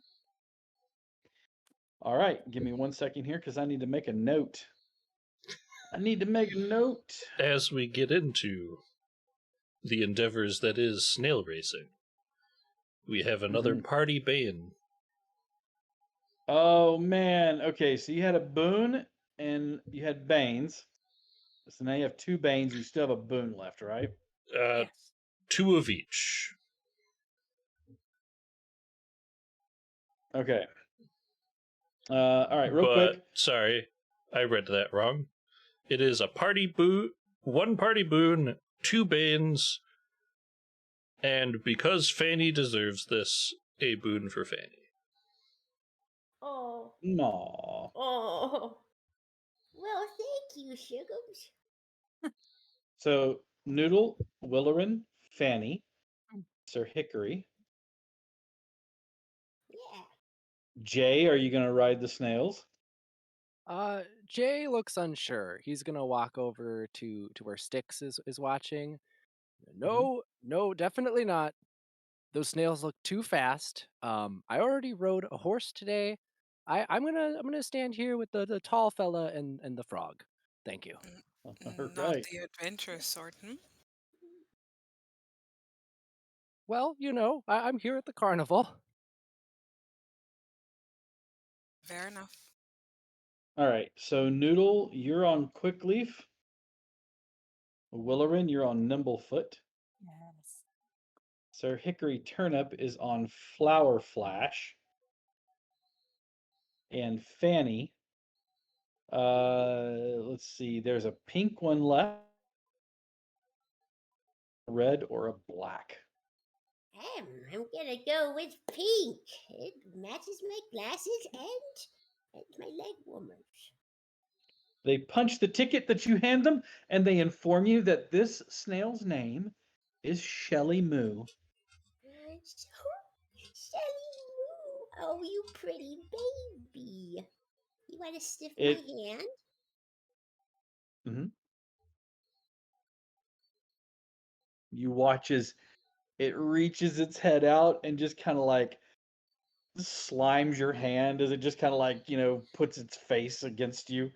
Oh, baby. So on our number one racing snail number one, Shelly Moo. Number two in blue, Nimblefoot. Number four in the green is Quick Leaf. And number five in yellow is Flash Leaf. Or Flower Flash, excuse me. Flower Flash. You guys watch as some of the other contestants climb aboard, some of the other people that are here in the carnival. And all of the snails are led to the racing line by their pixie crew. All right. So here's how this works. The course is 480 feet long. The racing rules are such, and you watch as the goblin steps up. Here's the rules. Once the race begins, the snails move along the track at remarkable speeds, each one covering 80 feet. Now, you, as the jockeys, can try to improve a snail's performance by patting its shell or speaking words of encouragement to it. If it responds successfully, you can move even faster. They love encouragement. However, some of them are cantankerous. And if it doesn't like you, it may slow down on you. First one to the end of the line wins. The rest of you get heckled. Now, are you ready? Whoever wins gets a wonderful prize. A potion. And you watch as he does a flourish and a potion appears in his hand. But don't worry, everyone's a winner at the carnival. Are you ready? Yes, Go. woo. Now, he says, go! And fireworks explode and the snails, boom, start to go. So here's how it works. Each snail, this is on a round. There's no need for initiatives. We're just going to go because everybody's moving at the same time. The course is 480 feet long. Each snail moves at 80 feet per round by itself. If you make an animal handling check, depending on how much you succeed and if you succeed, the snail will move either 10 feet or even 20 feet faster. However, if you fail, depending on how poorly you failed, it could be 10 feet or even 20 feet slower. The first one to 480 feet wins the race. With that being said, I need animal handling checks from all four of you. Yahoo.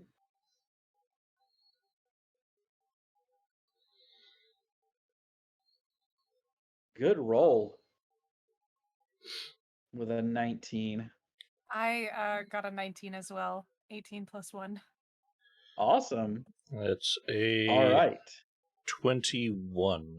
18 plus 3. Whoa. Okay. And the race is off. Here they go. And coming on around the corner, not to be outdone, is Flower Flash. But wait, what's that? A flash of green? Yes, look at that. It's Quickleaf who blows by them. And then, not to be outdone, you watch as Nimblefoot and Shelly Moo race around the corner right on their heels. They're neck and neck and neck. All right. As you watch all of them, you have moved. Noodle has moved 100 feet. As has Willorin and Fanny. Sir Hickory Turnip moved 90 feet on that turn. As you come around the corner, let's see what happens.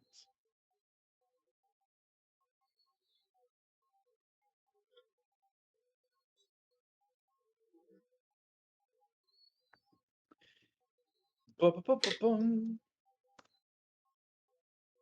All right.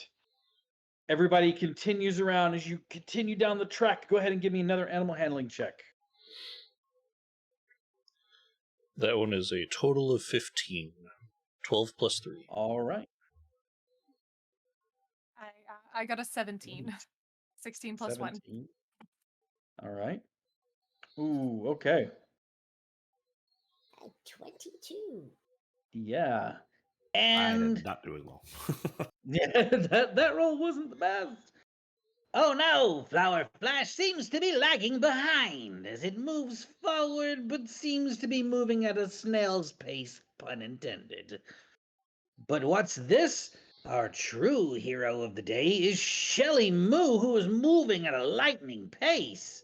Willorin, what did you have again? I had a 17. 17. Okay. But hot on their heels, neck and neck, Nimblefoot is still moving crazily fast. Uh-oh, it looks like Quickleaf took a bit of a slow in that go-round, but don't worry, there's still time and space to make it up. All right. As you guys come around the corner, oh no. Oh no. Oh, go ahead and give me animal handling checks once again. As all of a sudden the cheering crowd and hearing Shelly Moo being shouted, all of a sudden you watch as Shelly picks up pace and just starts to cruise even faster than before. You gain an additional 20 feet this round. Go ahead and give me animal handling checks, everyone. Oh, thank you, Shelly. I feel alive. I don't know what sounds snails make, so. I'd like to roll my DA inspiration. Excellent, go for it. Yes. Yeah. I'm just gonna take my DA this week. It's pretty. That's a +5. Okay. Excuse me. All right. How did you do, Noodle? That is a 18. 15 plus 3. Excellent. Willorin? 15. Okay. Fanny, you said you had a 13 total? Yes, I have 13 total. Great. Now I have to do math. Okay, there we go. And Sir Hickory Turnip. Okay.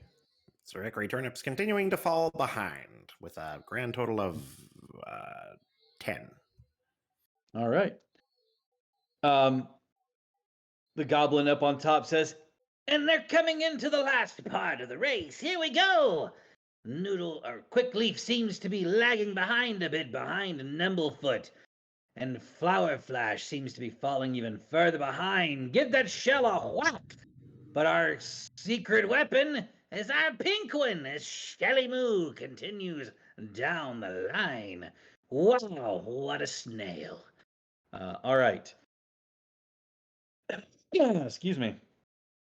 As you continue on, Otheon, I need to send you something real quick. All right. I think Hickory Turnip's also going to be like, hey, don't threaten my snail.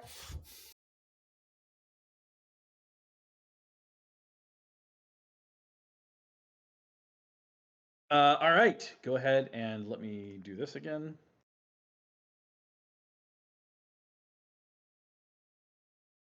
Okay, excellent.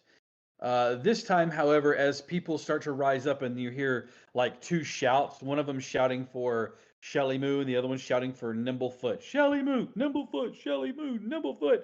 Nimblefoot kind of like looks up and picks up the pace, gaining on Shelly Moo as you gain extra 20 feet of movement this time around. Go ahead and everybody give me animal handling checks again, please. Oh, And Fanny's just okay. laughing and just having a hoot of a time, forgetting that this is kind of a race. Your frog looks even more disgruntled than before. You just feel him deflate a little bit. I got a 21. That's a nat 20. As did Sir Hickory Turnip. Yes. Oh, it's on now. I'll come in at the other side of the spectrum with a natural 1 for a total of 4. Oh Oh. Oh man. I mean, this is still good movement, but yep. Let's see. You moved that much, so. Oh man, do we have a real race now? Picking up the pace, we watch as Flower Flash has found their wind. But Shelly Moo is still out ahead as we watch our poor little Quickly fall behind. But our real triumph in this race right now is Nimblefoot. Can anyone possibly beat this exceptional stale? This exceptional escargot. All right. I need to roll this again. I keep rolling the same thing, and that's amazing. Oh, okay. I need everybody to give me animal handling checks. This probably will be the last roll. That is the God. same roll. Oh no! Fanny, okay. Sir Hickory Turnip, good job. 30-20. I was just like watching it like roll, and I was like, oh, wait. Quickleaf will not be outdone, as you can see the pixie team that takes care of them cheers them on, but something catches their eye and they sort of like speed up, but they don't really listen to your like bolstering them as they start to just slow back down again.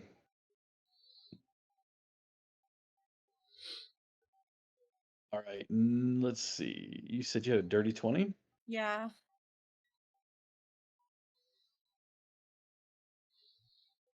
And then Fanny, you had a okay.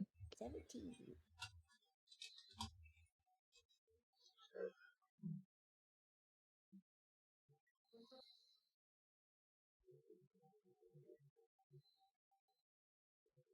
Answer Hickory Turnip. The race comes to a close finish as Nimblefoot crosses the line mere feet ahead of Shelly Moo, with Flower Flash and Quickleaf rounding it out. There are cheers that go up from everybody, and you watch as the goblin comes down from the gangplank and says, Well, congratulations. Your prize. and he gives you a potion of advantage. I will share that with your excuse me, I'll share that to your inventory here in just a moment, Willerin. Thank you. While you do that, I'm with Nimblefoot, and I'm just like giving him all the pets and the praise and the encouragement, and telling him how strong his shell looks and how fast he was.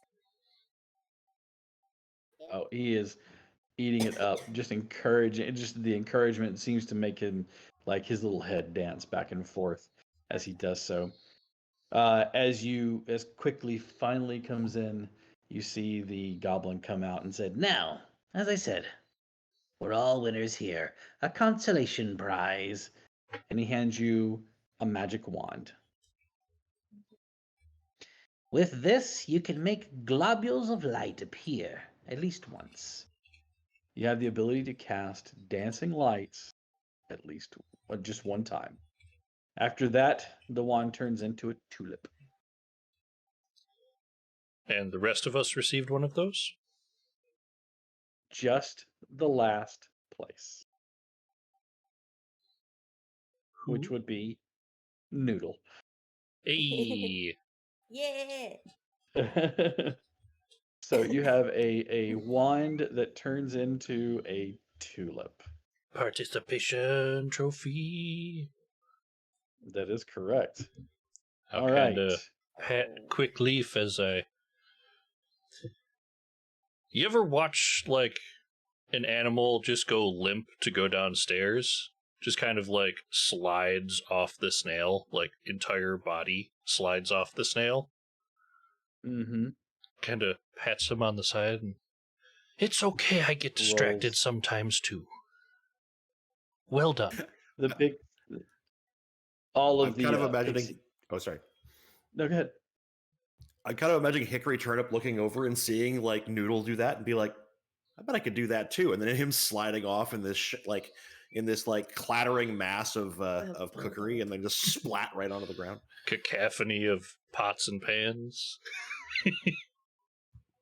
just the clattering sound. Clang, clang, clang, clang, clang, clang, clang.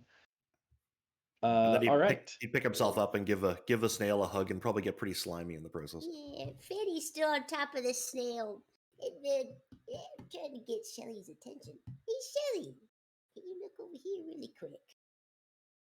It like lifts its head and turns to you. Hey, baby, you did a great job. That was so much fun. Thank you so much. Hey, watch this. Watch this. I'm gonna take 2 knitting needles that I have Mhm. kind of hidden in my hair, and I'm going to cast prestidigitation and make a Mhm. little pink snail. I'm knitting the spell together to make a little tiny snail, to then have it plop onto my chest as like a little patch, or it seems like a little patch on my dress of a pink snail. Oh, that's adorable. I'm gonna Well. adorn this. Does That was her so much hair go fun. down when she pulls out the needles? Is that what holds the points up? Nope. This is just Noodle trying to observe from a distance. You do not see it go down. Who knows how it's being held up? By sheer will or spite? Who knows? My hairdo is styled with spite. I love it. It's styled with anger and hate. All right. You notice as you walk around, everything seems to be a little more vibrant or more pleasant. Everything seems to be just a little bit more.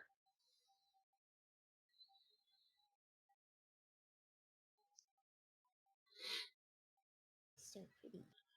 Not really paying attention to wherever I'm wandering. I'm just kind of gawking at everything, walking in a direction. Okay. I'm still on the snail. I will go help Fanny down. Oh, thank you. I'm sorry. I hate to keep putting this on you. No, It's just I if could anything, try I'm- jumping off. No, if anything, I'm grateful to be of help. Please, call on me goodness. anytime. Oh my goodness, you're so sweet. You're like a little muffin. Did you say like a muffin? Yes, I did, God. Okay. I wasn't expecting that. I must go find Sticks. Yeah. Sticks got my I bet Wilbur is talking off Sticks' ear. As you approach Sticks, you can see Wilbur is he just kind of gives you a little like a little soft ribbit. Like it's not even much of anything. I imagine that Jay has just been talking Stick's ear off over there. Mhm. He's like, Oh and no. you can never underestimate the importance of a helmet. You know, it only takes one good knock to the head, and that's it. That's it. Sticks. I am just staring up at the sky, You're just like wishing for death. Oh, the clear sky as you just look up. There's not even clouds. You're just like stray bolt, just one. Yeah. That's it. I'm gonna I'm gonna stand right Jay at the doesn't bottom of notice. Styx's feet and just like stare up at Styx. What you see there? You feel as though you're being watched, Styx. I blink and finally actually look down and see little Fanny there, so I will carefully put her toad back on her head. He didn't tell you any sort of like conspiracy theories or anything like that. Uh, none that I noticed. Great, because he You just has riveted. like 13 of them, and they're ridiculous. And as she says the words ridiculous, the frog just kind of and then like crawls over and like turns around and like nestles down where he was before. Just kind of like he knows exactly what to do. He's a well-trained frog. Yeah, yes. Ooh. He Is just kind of anybody like hungry?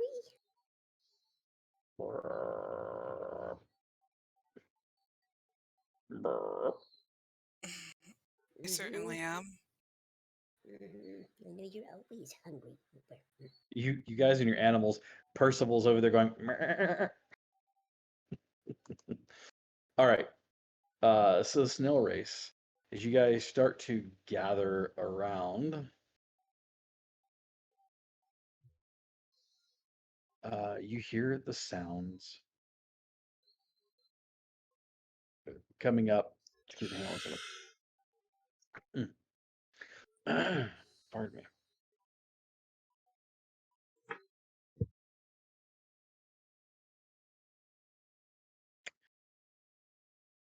Suddenly, you watch as crowds of people are filing towards the big top. You guys watch as throngs of folk start to guide in.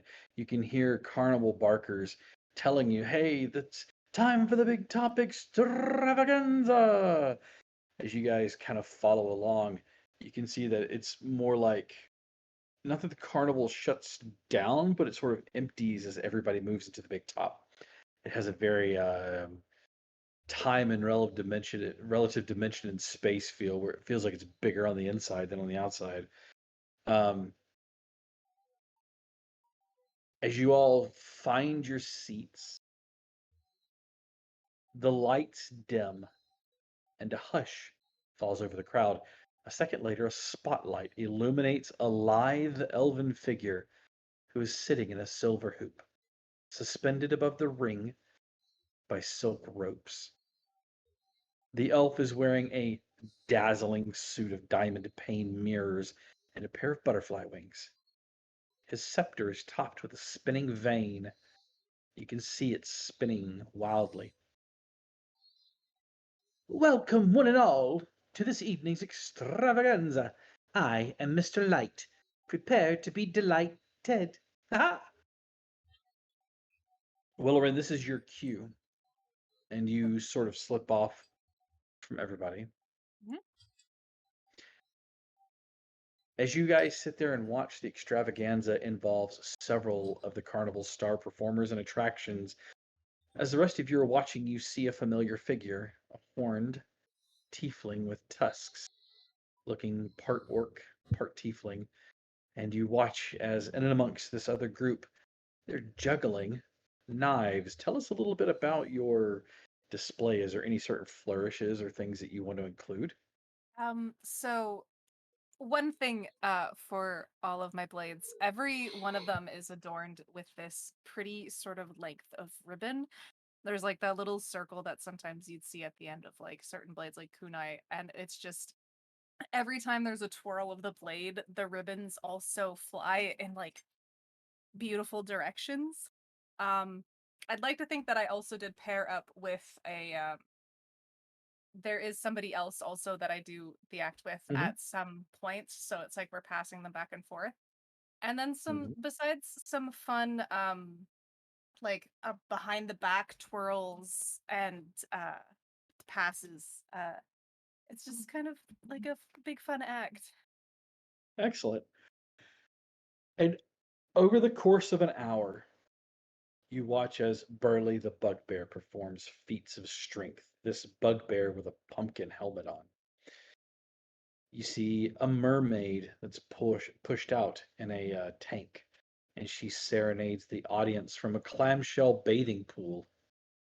You see a mime, dressed in grays and whites and blacks, play silent games with the audience members. You see fairy dragons with bright streamers tied to their tails, performing dazzling acts of synchronized flying as a troupe of acrobats, clowns, and other fire breathers parade about.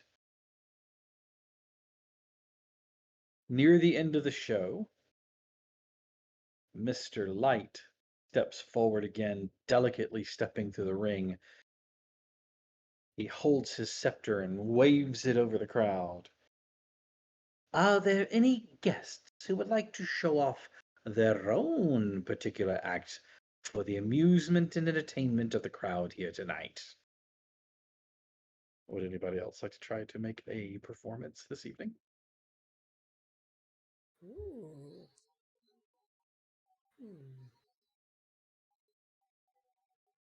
Oh, I wish I had such a skill. Oh, All right. Sure. No sleight of hand? Oh. Why, hello, little friend. And what is it that you wish to perform for us this evening? Hello. I can do a bit of acrobatics. Oh, please show us. What kind of show do you want to put on for the crowd?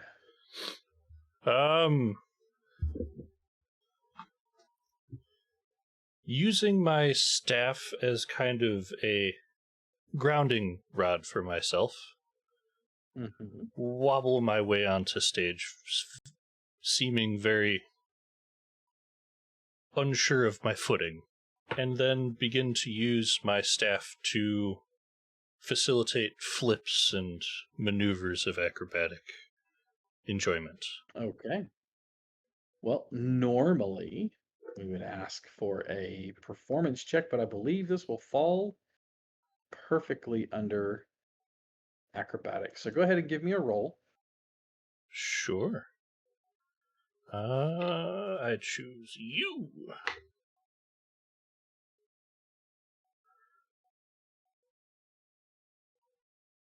That is a... Wow, this die is really hard to read. That is an 18 plus 5 for 23. 23. You all watch as Noodle pops out with the staff, waddling their way out the way that they do, kind of tottering. There's a moment of silence, and maybe he's shy. Maybe he's not going to go through with it, but then you watch as he swings the staff in a low circle all the way around, and it almost catches on nothing and comes ramrod straight up in the air. And you watch as he rises up with it, one hand on the end of the staff, his other legs up in the air, as he holds it there for a second before it starts to teeter and he comes scrambling down with the staff. He spins it over and he sets it in the ground, and then you watch as he clambers up it, his 2 feet and one hand on the staff, and he holds it there for a second before he almost kicks it out. And as he does, he sends the staff flying through the air, landing on his own feet, and then catches the staff.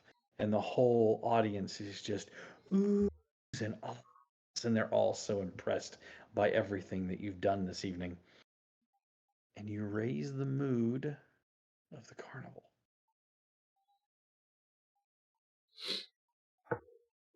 I make some otter noises and bow. Very, very sloppy bow. They very, very sloppy bow. I love it. And you watch as everybody cheers for you as you have done an amazing job. And Mr. Light comes out and is like, well, if you ever need a job, please feel free to look us up. That was very impressive. All right. Congratulations, you have impressed the audience.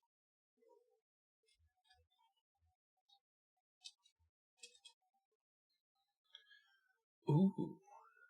Is For that some what that green reason. circle is? That is what that green circle is. I've been wondering about that. I Me saw the green dot too. earlier and I was like, what is that? Yeah, it's the countdown to the Staring at bomb. it for like 3 minutes. I'm like, what are you? Well, Who sent you? that's okay, because I've got another one to show off over here.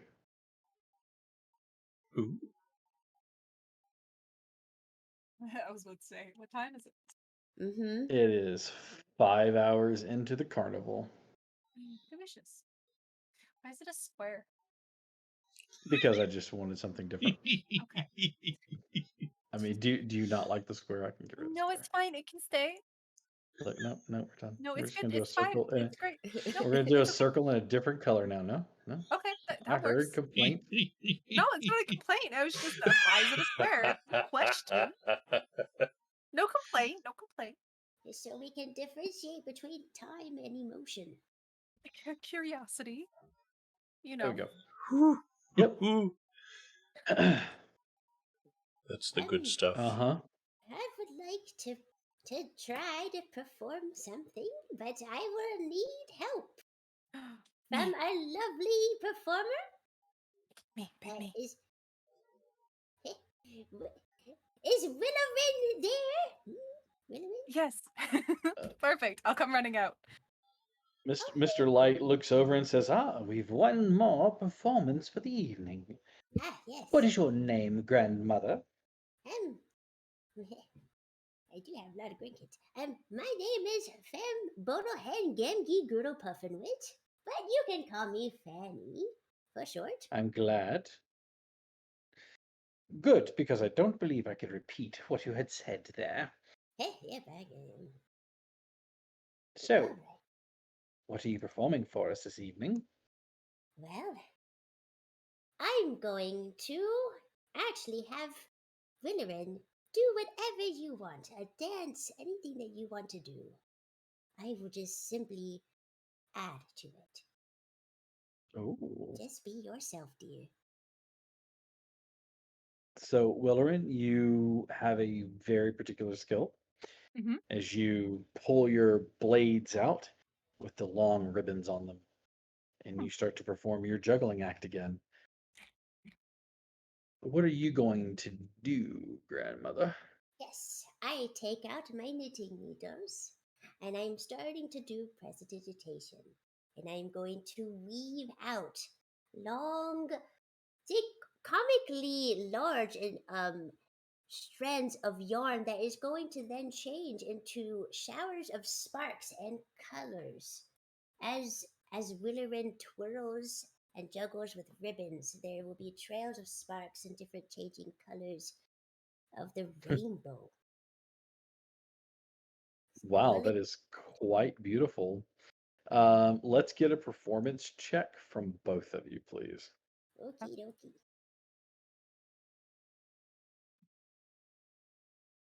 I'm a bit rusty. I haven't done this in 54 years. At natural 20. I got a 19. Excellent.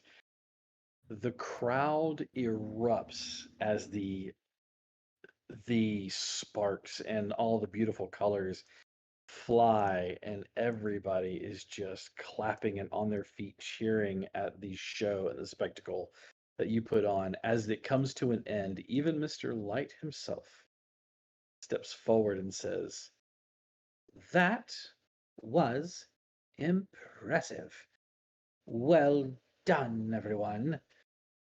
And that's all for our big top show this evening. But remember, return later as we determine the monarch of the carnival. Ladies and gentlemen, thank you very much. Remember, when the lights come up, we all roll up for the evening when dawn breaks. So do we. So for that, I wish you all a good night. Until then. And with that, he bows, and the lights dim for a second. And when they come back on, he is nowhere to be seen.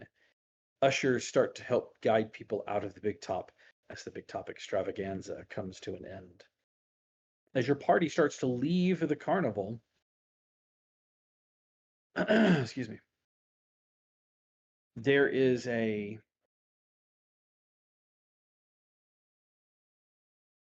bugbear wearing dungarees with fairy wings and a helmet made from a jack-o'-lantern approaches you.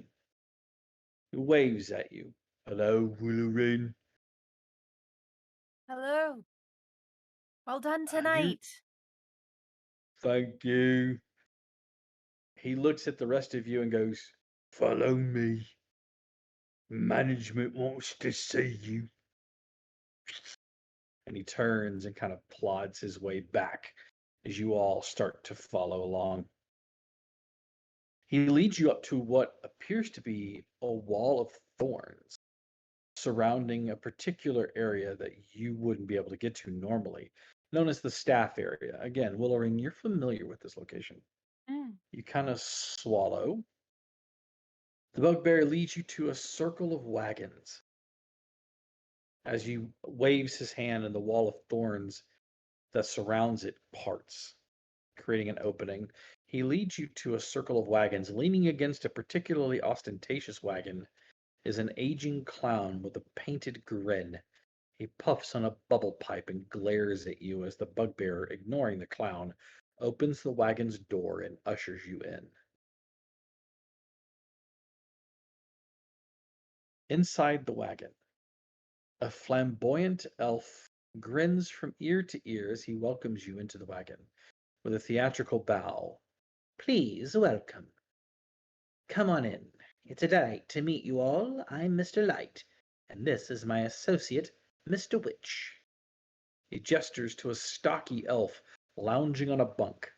Mr. Witch nods to you and doffs his top hat. Mr. Light gestures towards the scepter that's laying on the table and explains. This device allows me to pick up every nuance of emotion in the carnival. If the carnival's mood is good, then I would like to express my gratitude for the cheer that you have brought to the carnival. Now, if it were bad, you would be here under different circumstances, so I'm glad to tell you that you are here for good. But really, what we find interesting is, why are you here? You seem exceptional, different, not your normal run-of-the-mill. And some of you look familiar, not to mention we've seen you in the company of one of our staff members. So tell me, what brings you here? I mean, I received a letter. So did I. You all Mm, received a letter? Yeah. yes. Might I see that? One of those letters, if you don't mind. I'll hand him my copy. As well as I will. He reads over it carefully, looking through to try to determine what the source of it may be. And as he excuse me, as he does so, he looks at it. Things that are lost. Well, and he folds it up and hands it back to you. Clearly, we are not responsible for those losses. Forces are at work on the other side that are entirely beyond our control. Mr. Witch stands up and straightens out his waistcoat. The wheel of time turns ever on. What's lost is lost, and what's gone is gone.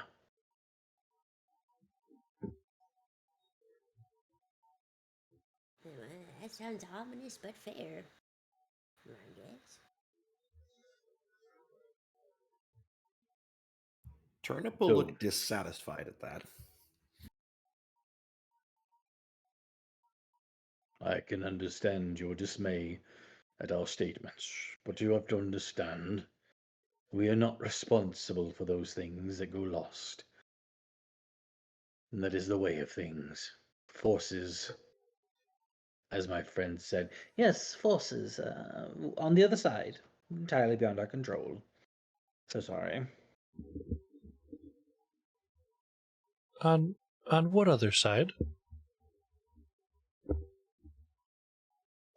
As you do so, you watch as Mr. Witch takes a very extravagant looking watch out of his pocket. He flips it, clicks it open, and then like quickly snaps it closed. Sorry, our time is up. We have more important things to handle this evening.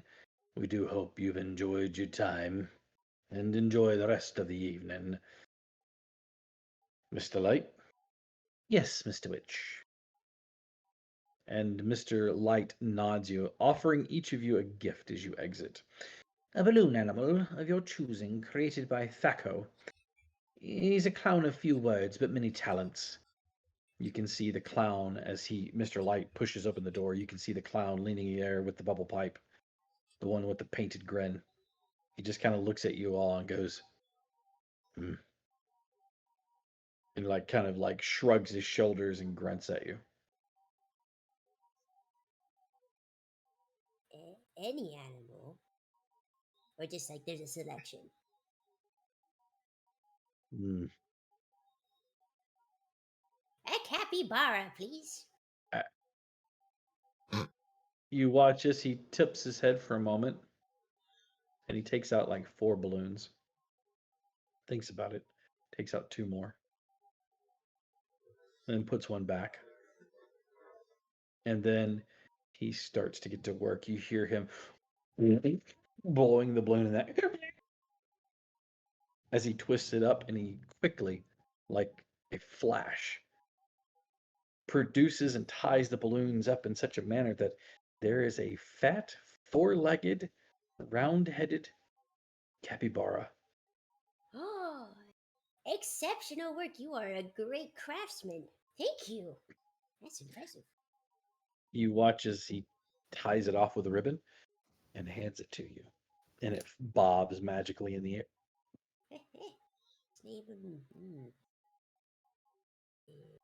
Manny. Dealer's choice. What do you like to make? He nods at you. He takes a green balloon, and you hear him blowing it up, and then there's a sound of twist, twist, twist, twist, twist, twist, that squeaky sound that balloons make. And then he hands it to you, and it barely looks like it's anything, but it's kind of curved back on itself several times. And as he looks at you, he goes, "There you are, a snake." I like it.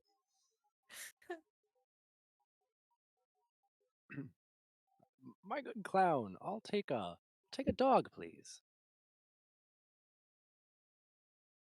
He kind of nods his head and says, "Of course, a dog. As if there were any other animal that was easy to make." And then he starts to like blow up some balloons. And again, you hear that as he's twisting the balloon around. And then he hands it to you, and it's like a wiener dog.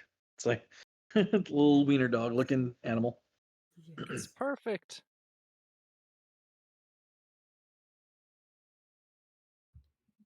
Could I perhaps ask for a creature of legend?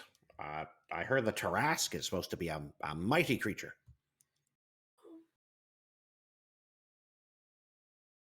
I've heard that they're mythical, that they don't exist. Oh, really? Oh, that's oh. I don't think there's really been a picture of one ever. I was kind of hoping that someone might know what one looks like. All right, well, can I have one of my friend Percival? Of course. And he takes a moment and blows up a balloon. Again, the squeaky sounds as he twists it to and fro, and he hands it to you. And it looks like a Thanks. goat, complete with horns. He will proceed to tie it off onto Percival's horns. As you watch, Percival is trying to turn his head to catch it, and but he just keeps getting out of. So all of a sudden, he's doing circles. There we go. He's Good trying to boy. catch it. All right. As you guys start to walk, excuse me, Burley escorts you away from there. I will happily show you the art of Burley because it is a beautiful thing. Let me find him again.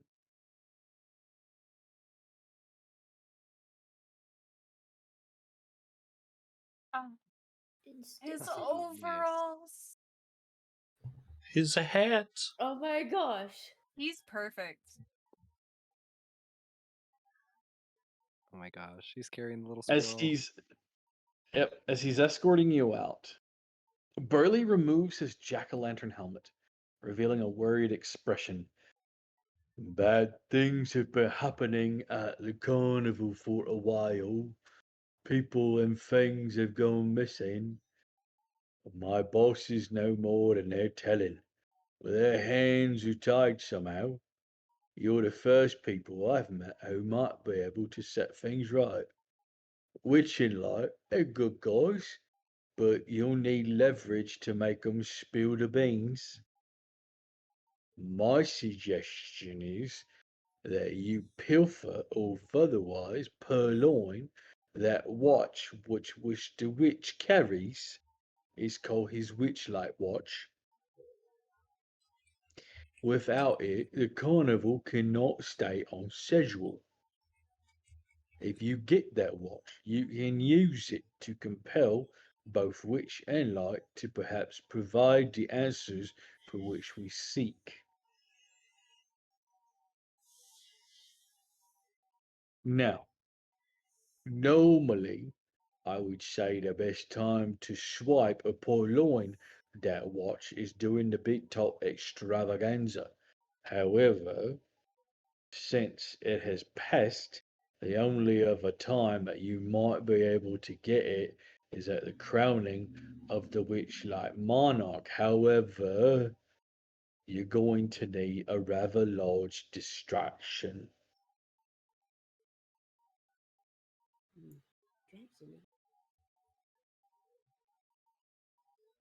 Now, the Witchlight Monarch is chosen by Mr. Light's Witchlight Vane, Witch and Light have no control over who the monarch will be, but it's always the guest who has contributed the most to the happiness of the carnival. Now, the monarch is also given a charm what lets him fly. Mr. Witch's Witchlight watch, it's attached to his waistcoat by a chain, so whoever tries to steal it needs something to break or unfasten the chain with. Any of you got them light little fingers? I think a few of us. Yes, actually. I'm sure Kind a of few of us. pushing my bag backwards, just kind of nods. Wait a minute. What do you get out of this? I mean, you're certainly telling us how to do this, but why? My brother has gone missing. I don't know where, and When we did he need go to find missing? him. He counts on his hands and his fingers, but then he stops and goes, "It's hard to say. Time for us moves a lot differently. Willering can tell you that much." Yes. Barley, if your brother's gone missing, why didn't you come to us? I did. And then they said that he's just gone for a little bit of time And I don't know. I feel concerned if something happens differently. Now, no matter what you do, don't have no harm come to either of them. I might be Flo, but without him, the carnival will fall apart. If you need help with this, try talking to Durlagron, Candlefoot, and Palasha. They all might help you a bit. They're good eggs on. But no matter what you do, and he kind of leans in conspiratorially, looking over his shoulder first toward the wagon where you can see the clown leaning once again, blowing on his bubble pipe. Stay away from Daco. He's not trustworthy. Oh. Okay. Thank you, Pearly. I'm sorry about your brother. Hopefully, if we're able to find answers, we'll find answers for you. I hope so. Now, you know that Durlagron is at the Lost and Found. Candlefoot can sometimes be found in different locations.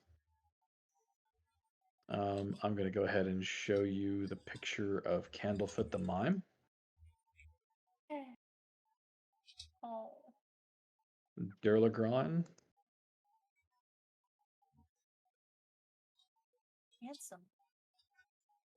And Palasha. Oh, I spelled Durlagron really wrong. Oh, yeah, I'm really glad you found these out for the names. Oh, I spelled But- that Early. completely wrong. Hmm? How long has your brother been missing? I don't remember now. It could have been days, but then again, it could have been only like a month, which will never shorter. As you know, time in here it moves a lot differently than other places. Hmm. Pearly, can you tell us why we shouldn't trust Thaco? He's a knob. Good reason.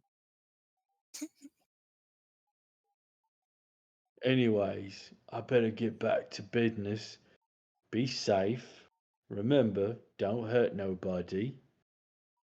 Come up with a good plan.